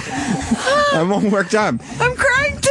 Tonight I'm going to go home and be like, Jess, I want to tie you up. And she'll be like, oh, to what? Nothing. I don't nothing at all. Just tie hands. Just tie your hands. Just your wrists together so you can't touch. Were you... I mean, you still could touch. You just touch with your wrists together. Okay, just see the movie. Where were they tied behind your back? No, above my head. But you could have just brought them back down. But I didn't. It was a choice I made. Because you were pretending to be tied to a bedpost? It's not about that. It's all about fantasy. I'm going to tell you Fantasy. something. I'm going to tell you something. Oh, yeah. Life has changed I told you. for you. Yeah. You're not the hard partying girl you once were. No. You're like, I'm going to pretend that maybe this time. I'd be like, what? I didn't know this was going to happen when I married you. Can we stop talking about it and stop pulling up pictures, Adrian? Are you getting all worked up? Yeah, dude. I need deodorant. Yeah, you're going to have to go home and have your husband tie you up to nothing. Oh, fuck you. Yeah, powder fresh. Yeah, you could have literally put your hands over you, like just bring him back down. I guarantee there's a million women who know exactly what I'm talking about, okay? That just pretend to be tied up to stuff? I didn't need to go home and to be like whipped or like tied to something, like my ankles tied and those types of things. Hog-tied. You didn't get hog-tied? Did not get hog-tied. I don't have the type of bed that lends itself to that type hog-tying. Right, to that type of activity. I don't know why you wouldn't have thought of that when you were bed shopping. You know what? Maybe we'll get something new this weekend. Like, how am I supposed to get hog-tied to that? Right. It's so weird that she used a condom too when they're hog-tied. Did you use it? No, I'm married. Did you use a condom? Good for you, Nicole. Are you crazy? Married people still do that? James in Canada? Hey, how's it going? Good. Good. No, I was just going to say, she's not crazy. I've done the same thing with my girlfriend, tied just the hands together. It's kind of like the entry level kinky thing to do. Kind of just getting in there. Yeah. Kind of scary. Sam, you don't need to plie. You just put her on all fours. Oh, I should have thought of that behind. Oh. You must have some kind of boring sex life over there if missionary is the only thing you're into. No, it's just a lot of ballet stuff. We try to incorporate dance, interpretive dance as much as possible. Only because that way, not only is there intercourse, but there's practice for our hobby. Yeah, you should, at least if you had your ankles tied up, then you would have to hop away. It's a little bit more difficult to escape. Right. You know? Right. You can just run away with your wrist tied. Listen, just try. I mean, Bobby Lee doesn't use his arms when he runs. You don't have to. Oh my God, have you ever in your life seen anyone run like that? No, never. It's so special. I wish someone would make a video of it and then put it to slow-mo. It's lunacy. Well, listen. Speaking of lunacy. Slap! You knew I was going there, huh? No, I don't want You're to. anxious. I can't wait. You're anxious for it. Nicole, we talked about this show. It's a phenomenon, and I know that it's working, because I was getting tweets last night from Sam Roberts Show listeners. And if you watched last night, call up now, 866-969-1969. I was getting tweets last night from Sam Roberts Show listeners that were going, I can't believe you're making me watch this dog shit. Like, this is the worst show on television, and you're making me feel like I have to sit through this car wreck. The concept, the acting, what is it? That's it's everything. So the slap, and this, I can't believe you didn't hear about this, because NBC has been and has been pushing this show for months now. I think they started with like the Super Bowl, airing commercials for this mini-series event that all is based around a guy slapping another guy's kid. Okay. And it's called The Slap. Why did he do it? Because the kid was obnoxious. He's disciplining. Yeah. Because the kid was obnoxious, and so he was like, stop doing that, and he slapped him in the face. And they were like, we need 8 more episodes of this. I don't know, Nicole. It sounds to me like it's something you could cover in about 90 minutes. Yeah, I agree. But somebody decided to give this thing 8 hours. So I turned it on last night, being like, okay, where are they going with episode 2? Who kid? You're going to be very disappointed. There wasn't even a slap. No. How you get to the second episode of The Slap? There's not even a slap in episode 2. Fuck out of here. No, there's no... I mean, the kid's there. He still was slapped, but there's no more slaps. Is that the show you were watching? Maybe you were watching something else. I thought so. I checked the guide and everything. I said, there's no way this can be this. There was one instance of like a goon arm. Like he grabbed his wife and shook her a little bit. Oh. Like this was about as close to a slap. Harry, just stop, okay? You hear the music? Yeah, it's intense. Yeah. It's like 50 Shades of Grey. Totally. Shit is real. Shit is real. Yeah. Harry, just stop, okay? Tell me how it was. All of you working the phones talking about me? Don't take out your... What? Tell me, what, my anger? That I'm cornered by these people? Stop! For God's sake, you can't do this alone. Hector thought he could nip it in the... If you want me to apologize, you tell me yourself. And you would listen to me? Really? Would you? Hey, don't walk away from me, huh? Listen to me. If I wanted my cousin coming over here to advise me, I'd call him myself. I mean, really. That's so intense, right? That sounds like the English translation to a telenovela. I think what it is it's never okay to ever touch anyone else's kid. It's just like, you just don't do it. All right, well, now how can you take that concept and give me 8 hours? It's bizarre okay, that they did this. Like, I get what you're saying, but I need, like, this is Who Kid's favorite moment of last week. This was the slap. Hey, Hugo! Hey! Put down the bat right now! Go! Hugo! Hey, put down the bat. Huh? Listen to me. When adults talk to you, you listen to what they're saying, yeah? Why are you swinging the bat at Rocco like that?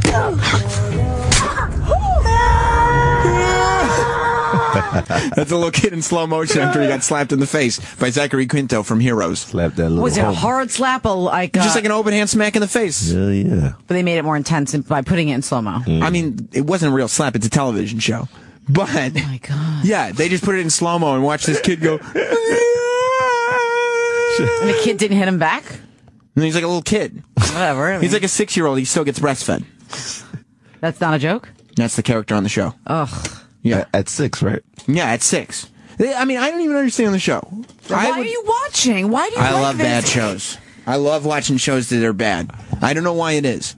I mean, we stayed with stupid, what's it called? I don't remember the name of the show. Utopia, until the whole thing got canceled and I could get all the cast members on the radio. Can you tell Nicole who the stars are? You got major stars on this slap. Yeah. Slap. It's got like as I said, Zachary Quinto's on it. He's big. Who's the guy? I don't. Uma Thurman's on it. Is she really? Uma Thurman is doing this show. But wasn't Zachary Quinto up here the other day? And why wouldn't you have him on the show to tell him what a terrible show he's on? I had just spent a whole bunch of time like shitting on the slap. I was like, maybe he's not the right guest for the show. Right, I got you. Maybe he's not the right fit this time. I got you. Maybe this project isn't the right project to talk. Just checking. Wow, Uma Thurman, really? Yeah. The fuck? Stewart in Oklahoma. Hey, primetime Sam Roberts. We've spoken before. How you guys doing? Good, pal. Man, this show, The Slap, when I saw it on my wife's DVR last week, I was like, you are not watching this. I was like, O&A was saying it sucks. She's like, I don't care what those fuckers say. We're going to watch it. So we watched it, and it was actually pretty fucking cool because Because, okay, so, like, it's got Uma Thurman, it's got Dr. Spock, it's got, like, a couple of big names, and the show, you're right, the show is dog shit. It means nothing. But we've all been to parties, and we all have friends and who have kids that are little assholes. And this little 5 or 6 year old boy was a little asshole. He was, like, smashing the guy's records and, like, drinking alcohol. I don't know. He was a little asshole. He was. The kid was, look, and you're right, and you're talking about the first episode, okay? And the kid was an asshole kid. If you're going to slap the kid every week, then I'm like, oh, okay, that's a cool show. I would watch that show. Just obnoxious kids getting slapped. Right. By Zachary Quinto. Right. But there was no slap this week. That slap that was from the first. There's no more slaps. Just a couple of yanks. They didn't. It's not called the slaps. I feel like it's just the slap. It's one slap. It sounds artsy, like it's trying to like take this one small thing that happened and really examine it. Yeah, and explore. Let's enter this into the public conscious. Right. But instead, all I got is like a show full of hateable characters. Right. All of them are awful people. They're all cheating on their wives and have anger issues and terrible relationships, and it's very stressful. I want to watch people that are having a good time on TV some of the time. So it's a whole bunch of hateable characters that aren't even slapping kids anymore. So what happened to the show? That's deep, yo. Super deep. You know? Alex in New York. Hey, what's going on? What's up, buddy? So, I've been waiting all week to get in touch with you guys about this. My girlfriend sees the commercial for the slap on Monday night. We just moved in together a few months ago. She's been wanting to start a TV show together for a while. Here it's great. She sees a fucking commercial for the slap. Yeah. So I think I got a good idea here. I download the Sam Roberts show from last week. I play it for her. She hears the bit about you guys are ripping it apart. Back, you motherfuckers. Backfire in my face.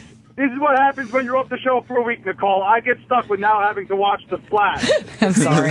Turn my girlfriend onto it. Did you watch episode 2? No, they're on DVR. We have plans for the weekend now. Plans for the weekend. Like, when there's not even a slap, you have to start, like, analyzing the dialogue. And they don't even talk. To me, it sounds like, you know, like a telenovela? Yes. Spanish soap opera? Right. That's exactly it. Wow. Don't act like he said real words. Okay, that was awesome. Well, it's actually a Spanish record. What was Whatever. It sounds like the direct English translation, but nobody in English talks like that. What does Jess think about it? She hasn't seen an episode. Oh. This is a Sam Roberts specialty. Gotcha. I bet. Yeah, she has no desire. It's weird. To watch the slap. Oh, really? Oh, fucking really. Guess what? Utopia was not a joint to watch either. I thought she loved Utopia. Nope. Like, hated it. No, I mean, she enjoyed that I tore it apart, but she did not like it. We watched it when it was one of those shows that I had to watch away from her. I'm telling you, all these terrible shows that I've decided I need to watch are just destroying my relationship. There's so many amazing shows on right now. But there's a lot of really bad ones, too, and I like those. Okay. Yeah. I mean, I watch Better Call Saul, but it's like, what am I going to bring in clips and be like, oh, it was really good, huh? Right, I gotcha. So, my point being, though, is if I had one, was that these characters... I'm glad you figured it out. Don't talk like human beings talk. Right. And so when there's no slaps, we're left with only that. Listen to this. This is the guy talking to his lawyer because now the parents of the kid he smacked want to take him to court or something. I don't understand. Harry, 2 minutes before you walk in there, the judge will have just seen a 2-year-old with his skull crushed in by some drug-crazed crack whore mother of his who turns out to be 17 and is having sex with a Hasid for money. Well, stop. What happens if I were found guilty? It's probably community service. All right? You walk around downtown Brooklyn picking up garbage. You wander through the Children's Museum in a unitard and a hat. Don't do drugs. I don't know. It's not going to happen. This is not how this works, my fellow 1%er. Listen, you just stick to what it is that you do best, okay? You find me a Porsche. What lawyer would have that conversation with you? Who says my fellow 1%er? Like, they're just like, okay, we have to write some villains for this show. We have to have some dialogue that people will associate with bad. Oh, let's have them embracing that they're 1%ers. Just back to the kid that is breastfeeding at 6. He's the one who got slapped. Yeah. Do they show him breastfeeding? Yeah, all the time, the whole show. You see top titty like the whole show, which I don't mind that. Top titty. Yeah, but when it's attached to a kid's mouth, do you mind that? It's fucking weird, especially a kid who's like, hey, what's up? And then it goes on to the boob. I'm just drinking some milk. Don't slap me again, dude. It's kind of sexy. Yeah. I like so that. do you think this is going to get like another season? I see here this picture. It looks like it got 4 stars. That's the other slap. It's a British slap. Oh. Apparently there was a slap in British. Okay. This is the American slap. Peter Sarsgaard is in this show. Oh, is he really? Peter Sarsgaard. You're really upset about the slap. And I'm going, what are you doing, Peter Sarsgaard? Do you scream at the television? Yeah, I'm like, Sarsgaard! What are you doing in there? The fuck? He's like, I'm not actually in your TV, Sam. That's not how this whole thing works. You think there's going to be season 2 the way it's going? What do they? I mean, you could do seasons. You got plenty of kids to slap, but you're going to have to do more than one slap a season. Where do they get budgets to do these stupid fucking I have no shows? idea. I have no clue. Somebody budgeted 8 hours of television in prime time with, like, high-level actors. Like, these people are getting paid to do this. You can't be doing that. Well, I haven't even heard of it. Like, I didn't even know it existed. You gotta check it out Thursday then. They didn't advertise for it on the E-Red carpet, so you might have missed it. It's understandable. Here's an example. All right. We were talking about 50 Shades of Grey. Yeah. You're into sex scenes. Nothing better. Right. Tell me if this turns you on. Okay. This dialogue. Okay. And tell me if it's realistic to you. So excited. Yes. Listen, big cat. I sold that Lamborghini to the guy from Tuxedo Park last week. Last week's over. Thank God. Yeah, but the soccer player. Nicole has her eyes shut. I'm trying to get into it. She's getting into the moment. Don't let me distract you. Have a glass of Cavassier. Don't fucking distract her. I did. It was a mistake. You watching her? I'm watching her. Keep your eyes shut. Okay. Let us watch. Put my hand in my pants real quick. Okay. I won't look at you. You don't look at me. Who cares? Play the fucking clip. All right, you're right. Fuck out of here. Listen, big cat. I sold that Lamborghini to the guy from Tuxedo Park last week. Last week's over. Thank God. Yeah, but the soccer player Voyevich. just bought the Jag. Boom. So what'd we get? $114,000. Oh. Which is my lucky number.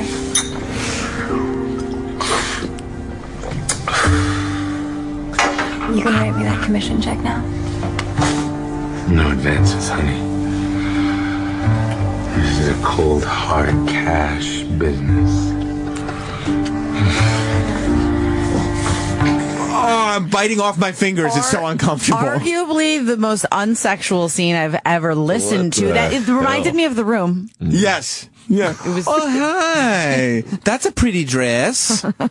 I'm biting off my fingers listening to that. Granted, I'm not watching it. I was listening, but it was not good. Not good. Did zero in the pantaloons. Nothing at all. Nothing. This is an all cash business. I thought it was funny. It was forced. It was forced. Super forced. Yeah. Super Baith. Yes, so Baith. Yeah, I mean, I just don't. I don't know what the motivation is. I haven't done any research on this show, so I don't know if people are enjoying it or not. If anybody has, it's obviously for women. I'm not the target audience. I wouldn't think. No. But if your wife is enjoying it, then call the show 866-969-1969 because I have to understand if this is actually catching a buzz. Because I think what's going on, because Utopia was also heavily promoted and like this is going to be the next big thing. Yeah. I could see this being the next Utopia in that it's heavily promoted. We can't even finish the season. Nobody's watching. Oh, God. This is terrible. You want the ratings? Yeah, what are the ratings? Well, I know the first episode finished third in its time slot. But do you know what it was behind? Yeah, it was behind 2.5 Men, I think. Oh, boy. Are you serious? And What? something else. That's got to be because of the actors in it. Even giving it third, you're like, that's even too much. Yeah. Wow. Okay, so this week, a little drop off. Okay, not too much, though. 27%. 27% drop off? Yeah. That's a huge drop off. That's is it? That's almost a third of the audience that's like, fuck this. All right, I saw the slap. That's enough. Oh. Do we know who's directing it? Is it that The Room guy? What's his name? Tommy Wiseau? Is it Tommy Wiseau? I have an idea. It's about a slap, but not really a slap. Throw me the football. I can promote it on Sam Robert show. Sam Robert. I wish Tommy would come back in Me here. too. Go ahead, Uked. I'm good. Oh. Dan, you miss him too, don't you? I mean, he loves saying the N-word in private. He did. That was so bizarre. But never great. in public. Yeah. I love that guy. If you missed the Tommy Wiseau interview, it's on YouTube, at YouTube/NotSam. Dan in Trenton. Yeah, I was calling about that show, The Slap. Yeah. Yeah, I think the way that show should go, they basically, that kid continues being an asshole, and each week a different person slaps him for a different reason until the parents realize he sucks and just puts him up for adoption. End of show. That's a great show. I would watch that show. Or, watch the shit out of that show.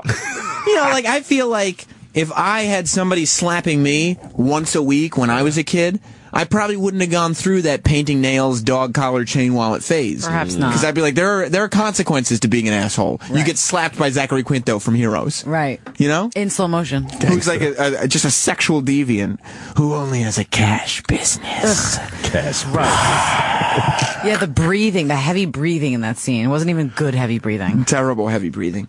But, who could you know what my favorite part of the slap is? You know why I tune in every week. It wasn't the slap. I talked about this last week. That.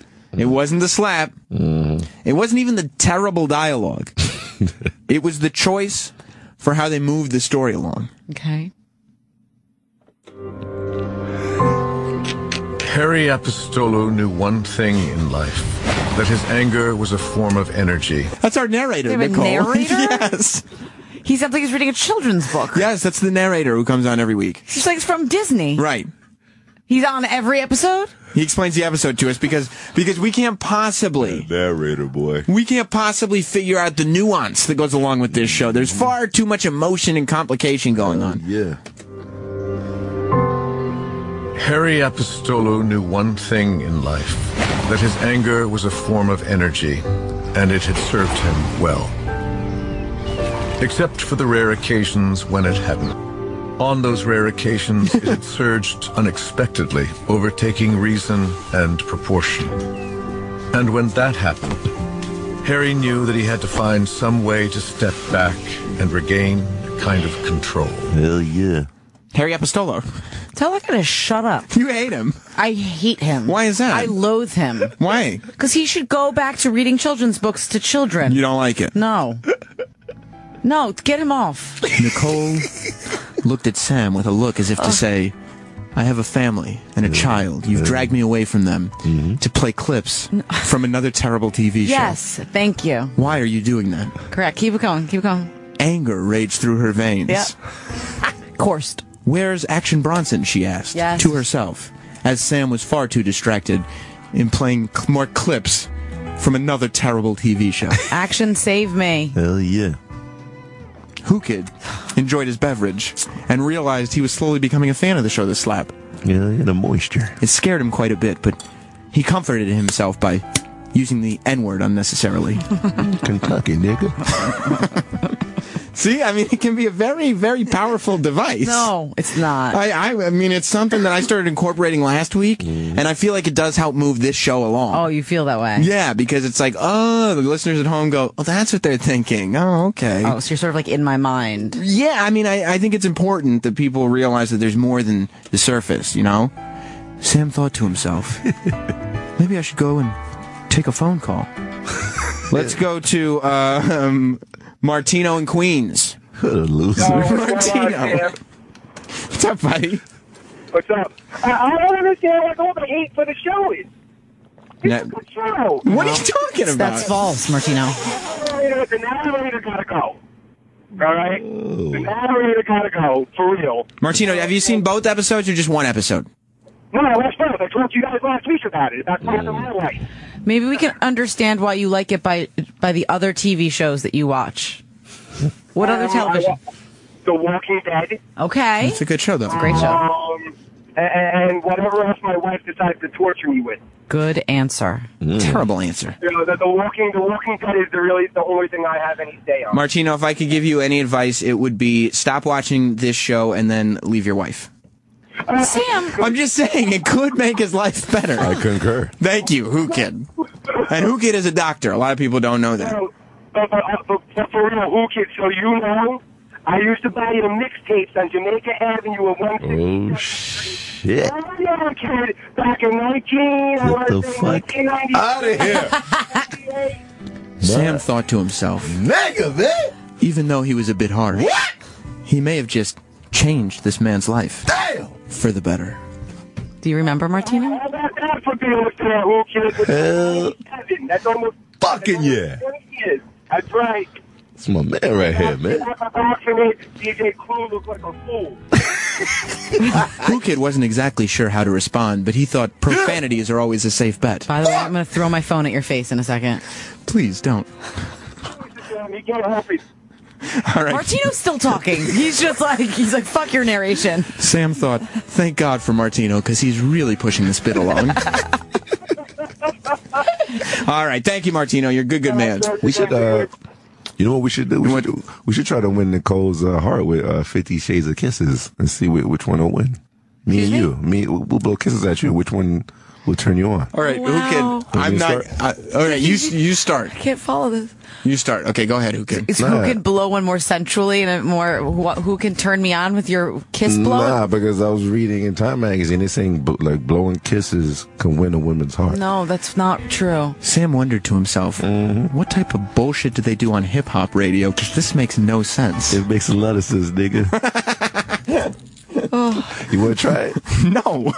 I was going to blow a kiss at her. Blow a kiss. Oh, no. Okay. Oh. That's because I got lips, nigga. That was you horrible. ain't got no lips. Don't play that fucking music again. Todd in North Carolina. Hey, I really slapped. Holy fuck. I purposely didn't listen or watch it just so I could listen to you rail into it, and it's really fucking awful. Yeah, it's a very bad show, but I mean, I really think I think this is the one to live tweet next week. Nicole, are you in? To live tweet this show? Yeah, no, I don't have time for that shit. You're not going to watch? I barely have time to watch the shows that I like, let alone the slap. Okay? Do you want to hear how the episode ended? Not really. I'll just play it for you. Great. Okay. And after his long day, the truce thwarted, peace talks in tatters, Harry felt a calm he hadn't felt for days. His confusion was gone, and he was finally back on firm footing in the America he understood. The one where you fought for everything you had, with everything you had, and you won. Oh, I get the episode now. Now it makes total sense. Thank God there's a narrator to break it down for me. And they like changed up the music a little bit behind him. Right. Victor Garber's an asshole. Just like Victor Garber, by the way, is the name of the narrator. He's an actor. I know Victor. But, you do? I mean, I don't know him Tell him I personally. said what's up. No, I don't know him personally. Face looks like leather. He what? He has like a leather face. He does. He absolutely does. You know what that sounded like? Well, what's that guy that did the college commencement speech and then they put it to music? I don't know what you're talking about. Come on, dude. You know what I'm talking about. Billy Joel? No. I don't know what you're talking about. Really famous and whatever. I can't think of it right now. Brett in Illinois. If you think of it. Okay. Yeah. What's up, Brett? Hey, Sam. How you doing? Hey, I watched the first episode of The Slap, and it was awful, but I had to quit watching after that because I work for child services, and all I was doing was just rooting for this kid to get beaten over. And I thought, I can't do that. He works for child services. It's affecting your job. Right. Yeah, it's making me feel bad and hard to sleep at night. So that's all right. I mean, it's like all these years of working for child services, and then you're like, wait, maybe some of those kids deserved it. It was Boz Lerman. Yeah, it's flipping me to the other side. I'm sorry to interrupt. It was Boz Lerman. I'm sorry. Boz Lerman was the name you're looking for. Do you remember Thanks, that buddy. when he did the whole speech about wearing sunscreen and they put it to music? Wait, no, if you heard it, you know it. That's what that stupid narrator sounds like. I think the narrator sounds good. I think he has a lot. No, it's not Boz Lerman on the screen. I was about to say, what the fuck is that? Nicole thought to herself, "Oh God, I've got to do something about this anger. It's not healthy." No, it's not. Yeah. Who Kid thought to himself, I don't know what these white people are talking about. Hell no. But I'm going to keep making exclamations. Fuck yeah. God. Peter on Long Island. Yo, Sam, about 4 or 5 years ago, you got me to listen to Carly Rae Jepsen. I am not falling for this again. Fuck this slap. Look, I'm telling you. But Carly Rae was a huge success. Thanks to me. At least the song was. Thanks to me. I'm telling you. I'm on top of this stuff. I'm telling you the things that you would never otherwise know about. You need to send an invoice for all these services. That's right. Provided for these shows that nobody think is hot. That's right. I wonder if that's a good thing or a bad thing. I don't know. That should be the name of this segment. Shows that nobody think is hot. Sam will fix it, nigga. That's right. My God. Greg in Houston. Hey, Sam, it's George. All right. Oh, sorry. Yeah, my bad. What's up, George? Hey, man, I just want to tell you the slap is like 50 Shades of Grey to pedophiliacs. I don't get it. Pedophiles, you mean? Pedophiles, buddy. Pedophilia? I get it, because S&M, you smack a kid, you smack a woman. It was there. Dave in Philly.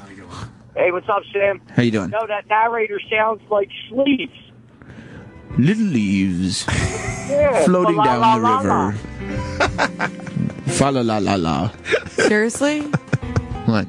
You know, I could see you doing this like at home, like in the bedroom, all of a sudden turning on your narrator voice, it just would knock you the half out. Why are you intimidating? He's going to keep doing it. Sam immediately thought, are there cameras in my house? How does she know what I've been doing? Look, he's all enticed. Keep going. I like the music. I know you do. I think that's what's really going on here. I like it. Then download it on your iTunes and stop playing it in my headphones. Larry in Texas? Sam Roberts. I know you're a professional broadcaster. That's without question. That's right. That is beyond any dispute.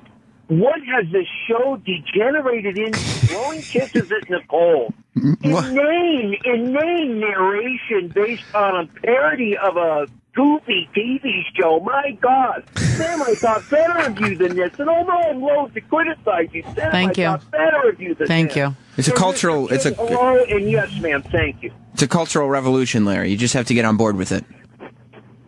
Sam, I might just have to step off this train if I was ever on it, and I don't know if I'm going to be sad or not. Don't let this one pass you by, buddy. I've told a lot of people, the train moves. The train moves, doesn't it, Nicole? It does. It's chugga-chugging. It's chugga-chugging. You don't want to be off board on this thing. Sometimes we stop in a stop that you're like, I didn't know this train was stopping here. I don't know if I even like this area. Yeah, it happens often. But you stay on because we're going back to the nice end of town pretty soon. For instance, Action Bronson's going to be on the show in just a few minutes. A lot going on. It's my boy. We've made a fan out of Nicole. I mean, this is huge. You did not make a fan out of me. Okay, then I read that wrong. Yeah. Craig in Illinois. Yeah, hey, Sam. Hey, hey, Nicole. Hey. I was listening the other day with that comedian that had SMR or like some SMR videos. And Sam, I think your narrator voice is going to be a huge hit, man. SMR is that thing where people get off on like the soft-spoken, watching somebody just brush hair and I'm brushing slowly. And like there's this whole group of people that get crazy mental stimulation from that. They have brain orgasms. Serious? I think I could go into that world with my narration voice. I feel like I could get turned on by that. You think so? I mean, I don't know about the brushing hair, but... Were you getting turned on by my narration? Not so much. Not as much. What you're describing, I think, in the right circumstance could do it for me. Maybe the music wasn't right for you. Yeah, maybe you need to change the music up. You're just not a jazz fan, I guess. Not so That's much. okay. You're very soft-spoken, huh? That's all right. To each their own, I guess. Well, listen. Action Bronson's going to be here in a few minutes. My boy. We also got, what was it? Oh, my God. I was watching this video. So CNN used to do a thing where they brought in people who were recently unemployed. And they gave them a 30-second pitch. They said, we're going to put your email on, you're going to go on television. We're going to put your email on television. And you're going to do a 30-second pitch to possible employers to come and hire you. Right. I was watching a video of one. It was the biggest disaster I'd ever seen. And I was laughing my balls off. Of course you were. I want to play that for you. I want to share it with you. Okay. You got 30 seconds. What more can you say? Now, wait till you hear this. Okay. We're going to do that and get to Action Bronson coming up right after this with Nicole and DJ Who Kid here on Sam Roberts Show. Welcome back to Sam Roberts Show. This song was the first song that made me say, I got to find out who this guy is. Really? I've just never heard a hip-hop song that references Marty Jannetty before. That's true. And so it was something that I had to look into a little bit deeper. Then it's very avant-garde. It is. It is. It's avant-garde it's indeed. Definitely a weird one. Then I went to Summer Jam this year, Hot 97's concert, and I saw a performer. His name is Action Action Bronson. He's in the studio right now. How you doing? How you doing? Welcome, my friend. Welcome. And I still don't know why he was there, Action. At Summer Jam?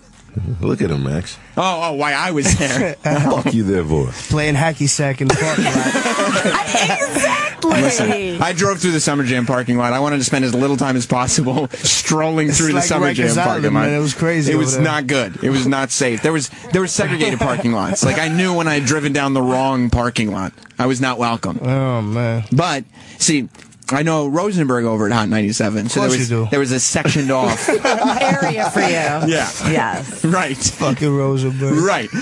But I watched you on stage, and you came out, and you're just wearing a T-shirt, some shorts, and flip-flops. And you had the whole crowd going with you, dressed like that, like everybody else is coming out. What the fuck was I supposed to be dressed like? Well, I'm saying everybody comes out with big jewelry on, or big, like, new clothes, or this or that, and everybody's trying to sell something. I took the shirt right out of the pack, right before I came on. Ripped the plastic off? I went right out of the pack. But those swim trunks, I cut the netting out right before I put them on. It was. Why do you cut the netting out? What do you mean? Because I have boxers on. I'm not going to wear them without boxers. It's a weird thing. That would be ridiculous. That's a weird feeling. Yeah. Even if I'm swimming, I'm not using the netting. Really? So you swim in boxers? In jeans, like a Puerto Rican. But you go up on stage, and not only do you have the whole crowd moving with you with you know, Action Bronson official gear on, but at one point you kicked your flip-flops off because you wanted to be comfortable. Yeah, you go bare feet, and then you went into the crowd in bare feet. Yeah. I said, this is a fearless performer. I need to get to know this guy. It was wild, man. It was definitely it was a scene. I never did, like, acrobatic jumps barefoot. I always had some sort of athletic footwear on. Right. It's a little bit hard on the ankle, man. Right. Well, if you notice, like, any professional acrobatic has shoes it has those on. little shoes, though. Right. Like, there's something. You need some sort of grip. Right. So is that, do you do... It was weird. It was crazy. That was your first acrobatic jump with bare feet on? Yeah, and it worked. Is there no point... I guess if you're performing, the adrenaline's running through your veins. But is there no point... Because I kept thinking, oh, my God... What if he steps on something weird? What if he stubs his toe? That's what I felt also, man. You Trust did. me, I was like, man, I don't want to do this. I didn't want to step on some weirdo shit, step on glass, you know? Yeah, this is a terrible idea. Yeah, but it worked out. You're obviously you're not a germaphobe, huh? No. Because that would freak I me used to eat like flies and shit growing up. Not shit, but flies and like Flies, I mean, spiders and shit like Wait, that. what? Flies make their residence on shit, so there was probably some shit on the flies. Whatever. What are you gonna do? It is what it is. Builds character. Why did you eat flies and spiders? Because I was a young fucking boy. I don't know. Right. That's what little boys do. I mean, I went over some of the stuff I was doing when I was growing up, and I had fingernail polish on. Eating boy, and, that's how it's not. I mean, he's from Queens. I used to eat little white roaches. You did? Yeah, you know you got a lot of roaches. You see the white ones. Boogers, of That's course. a known. Everyone eats their boogers. Present tense? No, not now. Okay. Come on. You're a little kid running Although, around. I don't know. They I do mean, taste like caviar because it's salty, man. I'm not gonna lie. okay. You remember, Yeah. clearly. Well, for sure. Action Bronson is also not only a rapper, he's a gourmet chef, so Right. I didn't know if there was some kind of booger dish There could be. that you knew how to put together. Yeah, no, it's like a trendy thing right now. Yeah, boogers, yeah. I'll bet you could. If you put that in the right restaurant, you could convince people that it was a trendy thing. For sure. Are you kidding me? Look at you. They eat all kinds of dick, balls, Right. all types of glands and pancreases and Right. spleen. Like, Yeah. Have you ever eaten an animal's dick? I've never eaten the dick per se, but I've Right. eaten the nuts. You have? Nut and oysters. Yeah. What kind I of had nuts? duck nuts, and I had bull nuts. I didn't know Pause. ducks had nuts. Ducks have nuts? They have fucking humongous nuts. Get out of here, for real. They do. You Ducks. would think they were fucking born in Southside. I understand. I really never knew that. That's a first. I gotta try them. But this is what I'm talking about with Action Bronson. That's why I They wanted were you. duck nut tacos. Yeah? I bet they were awesome. They were tremendous. What else did you put on them? Hot sauce. There was a little bit of a slaw. Tasty. Asian slaw. So the nuts paired well with the Asian slaw. Those seem to be like Hey, I can see them. those are Damn. bull nuts. Yeah. Yeah, those are a large set. You know, a lot There's of 3 of them. a lot of rappers wouldn't ever, in any context, admit to sampling nuts of an animal, but they also wouldn't go and perform and jump in a crowd with bare feet on. I want you to come on here to confirm for me. I'm under the assumption that you are one of the rappers that give the least fuck of any. I'm a Renaissance man. Is that true? It's true, man. You don't give a fuck. I not really. Like, I give a fuck about some things, but not, this is all fun. It's fun in games, even though it's work, it's still got to be fun, and you got to act like, and you got to just make it seem like you're having a great time, and I am having a great time, so I really, life is too fucking short to take things too seriously. You got to be able to try new things and be open to new cultures and all kinds of different shit. You can't just be stuck with blinders on. You'll never experience. You've been all over the world. Come on, man. I've been in this country. Exactly. Right. Motherfuckers called me talking about, I'm here with he's here with my cousin.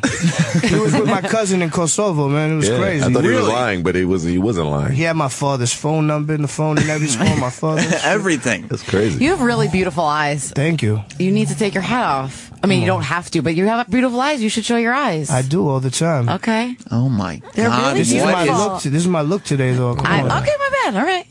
She's like 50 Shades of Jewish. He just raised his hat ever so slightly because you can't take the hat off because you can't give them the power. No, it's a slight movement. Okay. Right. It's very sensual too. Yeah, it was sensual. Can I tell you something that Action Bronson said in an interview? Sure. He's a very sexual person. I'm sure he is. Is that right, Action Bronson? That's a fact. Have you been sexual all your life? I've been sexual since a child. I'm sorry to hear that. That sounds like a tragic story, actually. That sounds horrible. So you've never had a problem getting laid? No. Ever?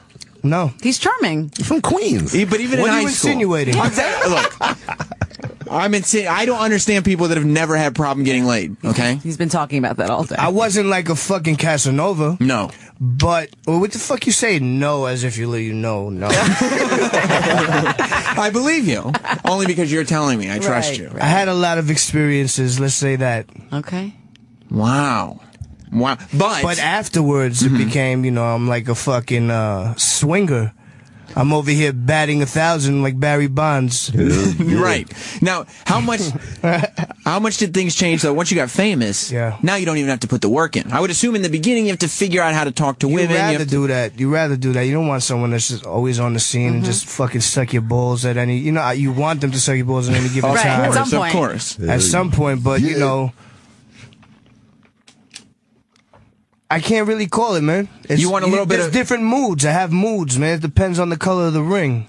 Sometimes you want to have to work for something and feel like you've accomplished something. Other times you're like, I just did a show. Somebody just got to come and lick my balls. I just need a mouth, I just need some sort of mouth. Right. It's understandable. I get that. I get that. A moist mouth will do. How do you... Oh, yeah. A moist mouth. I'll tell you that all the time. That's all who could ever says, Who lives actually. by This that? guy's married, man. What's wrong with this guy? Well, that's another thing I was going to ask you. You have kids. I do. But... were you ever in an exclusive monogamous relationship with the woman that you had your kids with? Yes. Are you still in some kind of relationship with her? Yeah, we have a relationship. We have children, and we have to raise them. You raise them together. That's the relationship. You guys are cool together? Yep. How do you convince women that you're not going to be monogamous with any of them? I don't know how to do that. What do you mean? You don't know how to be monogamous? You don't know how to convince them? Of course I do, but what does that even mean? You convince them? What do you mean? Like, how do you make them okay with that idea? Of not being just with them? Right. I don't think you breach that. I don't think you talk about that type of stuff. I don't think you... In my mind, you don't go and start a relationship with somebody if you have no intentions on keeping, being good, There's no point of wasting your time and the other person's time. So it's just a matter of living in the moment. We're doing this right now. It's fun. And that's what it is. And there's plenty of women who want that. Yeah, there's exactly. Where are there's they? plenty of women that want that, and there's wet mountains out there. I had no idea. I would never have gotten married. Come on, tour. Come on, bro. I didn't know. Action Bronson. You still have a chance. You think so? Yeah. It's called cheating. Well, who gets married? But it doesn't slow him down. Well, no, I'm still fucking. It's never slowed him down. You crazy? What I become a DJ for? I guess pussy. Clearly. There you go. Well, Nicole saw 50 Shades of Grey, so she's been a little horny lately. That's why she's looking at eyes. No, he's just got body beautiful parts. eyes. It has nothing to do with 50 50 Shades of Grey. What is that? I heard about this, but what's going on with this? It's just a naughty movie. It's a naughty movie? Yeah. It's so I might but even not watch that it now. naughty. It's like S&M. Yeah. Okay. But like for women, not like porno. Like it's like, mental stimulation. Yeah. Yeah, not for me either. Are you into S&M at all?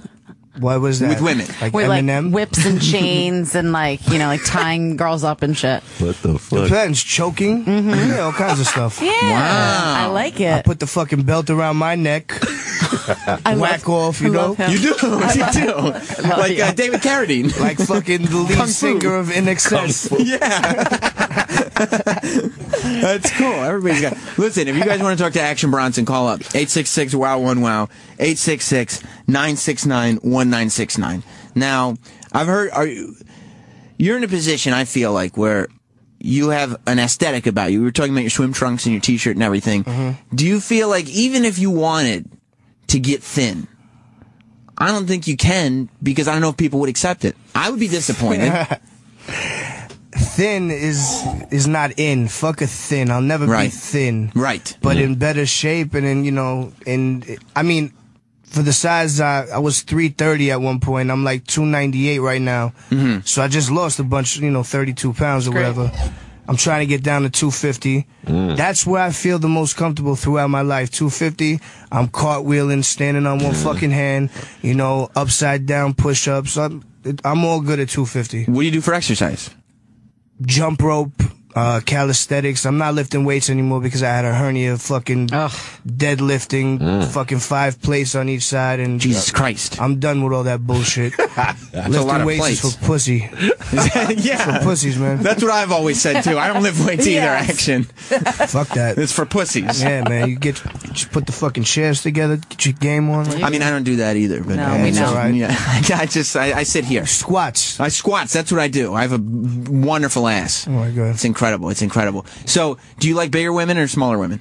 All women. All women. Yeah, that's a good answer. That's the mood ring too. It's the mood ring. You just go with whichever direction that you're going. The moon. In. Yeah. I feel like that's something a chef says too. You know what I mean? Like you get in different moods for different kinds of food, different kind of women. Different mood every single day. You're not always. It's not. And you know why Nicole's turned on too? Why? What kind of suit does Action Bronson got on? Oh my God! You were just talking. Carhartt. You like that type of stuff? She was just talking about it like literally an hour ago. Cheryl Reed man walked in. Johnny Depp walked in for you, baby. You know it. You did. She grew up in like the Syracuse area, so like all the dudes up there are wearing Carhartt gear and stuff like that. Did the rap industry accept you immediately when you started saying like this is what I'm going to do? I'm taking it seriously. I think so. You didn't even pay attention to it. Not really, because when it happened, I didn't have the internet, and that's how it happened. Because I didn't. What, did you start in like 92? Nah, I had fucking dial-up at the time, like when AOL first came out, I had that, and then I didn't have it for 10 years, so 2009 comes along, someone puts something on the internet, they're like, you could put your music on the website. I'm like, all right. And they did it for me, and that's how it happened. And that's it. It happened organically, honestly. Mm-hmm. I didn't know anybody, I didn't have any connections, it just happened.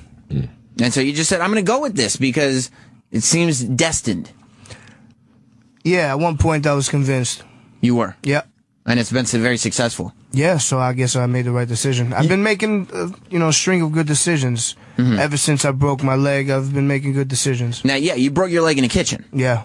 And that's when, at that point, you left cooking and went to rap music. And haven't stepped in the kitchen since. You don't cook like even at home? Professionally. Okay. Professionally. You don't know about Fuck That's Delicious, the amazing web series? It's all right. Sorry. It's all right. She you doesn't can't know. expect everyone to know everything.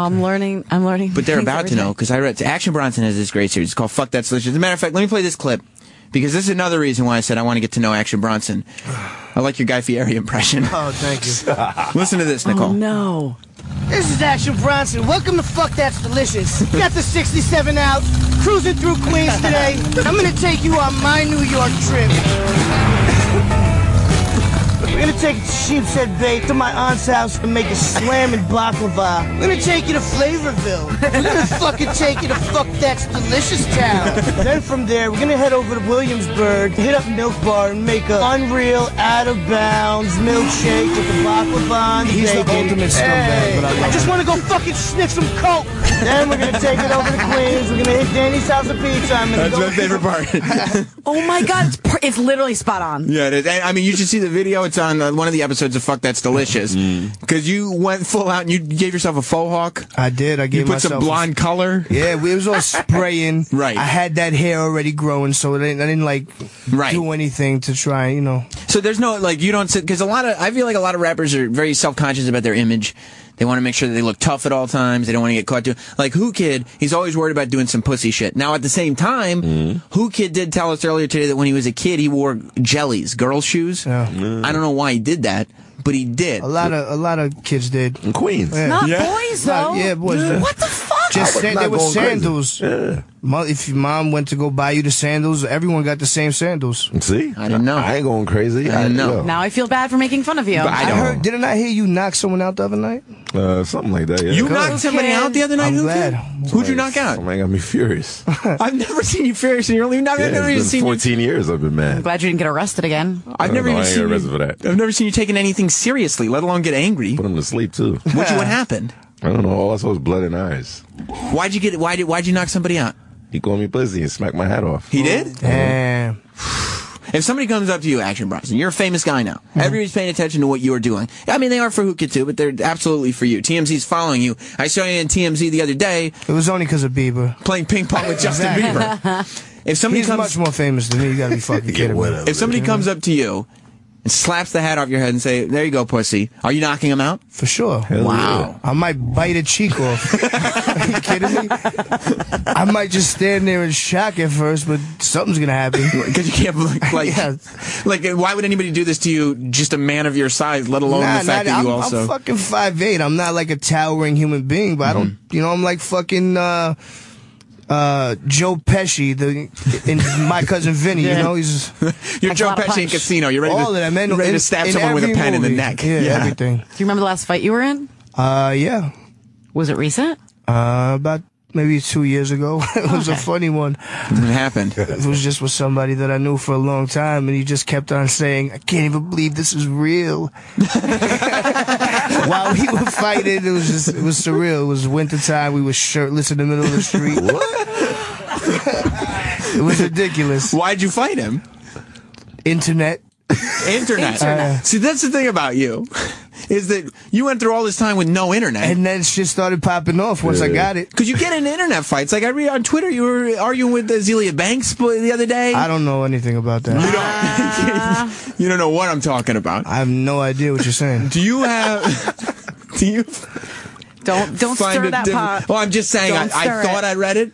But Twitters get hacked all the time, I guess. Who knows? Nah, my Twitter's never been hacked. Oh, okay. Yeah. He just doesn't know what you're talking about. Right. Next question. Right. And, Tommy Wiseau style. Reverend Sister Iggy Azalea, all kinds of stuff was going on. the streets. But the question is, do you find it difficult that people have this access to you now where people can't... Nobody's going to knock your head off on the street. It's not them, it's me. I'm stupid. You are? Yeah, of course I'm dumb. Why is that? Because I control my shit. But I could not do it.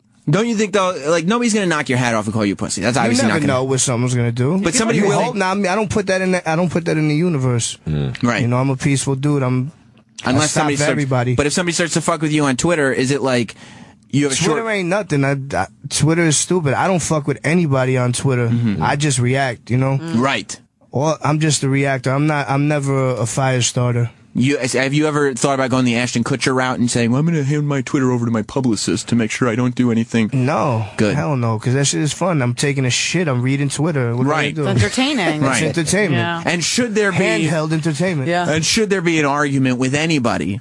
It's kind of joyous to know, look, I'm arguing with you as I'm taking a shit. This means nothing to me. That's what I'm saying. Right. That's the best part about everything. Right. I'm laying in my underwear backwards, hanging off the couch doing this. Like, are you kidding me? Like, this is nothing. This is real? Like, you know why we're in an argument right now? Because there's a commercial on. Exactly. Once the show is back on, you're back out of my mind. There you go.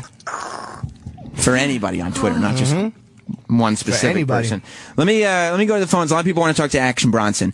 866-969-1969 is the phone number. Dustin in Houston. Sam, what's good, dude? How you doing, man? My nigga Who Kid. What up, man? Nicole, you sexy motherfucker. You. What's up? Action to God. How the hell are you? How knows everybody. I'm good. I know everybody, man. My name's Dustin Prestige, man. I'm an artist out of Houston, dude. Matter of fact, I don't know if Action Killer Mike, that's my mentor. Good guy right there.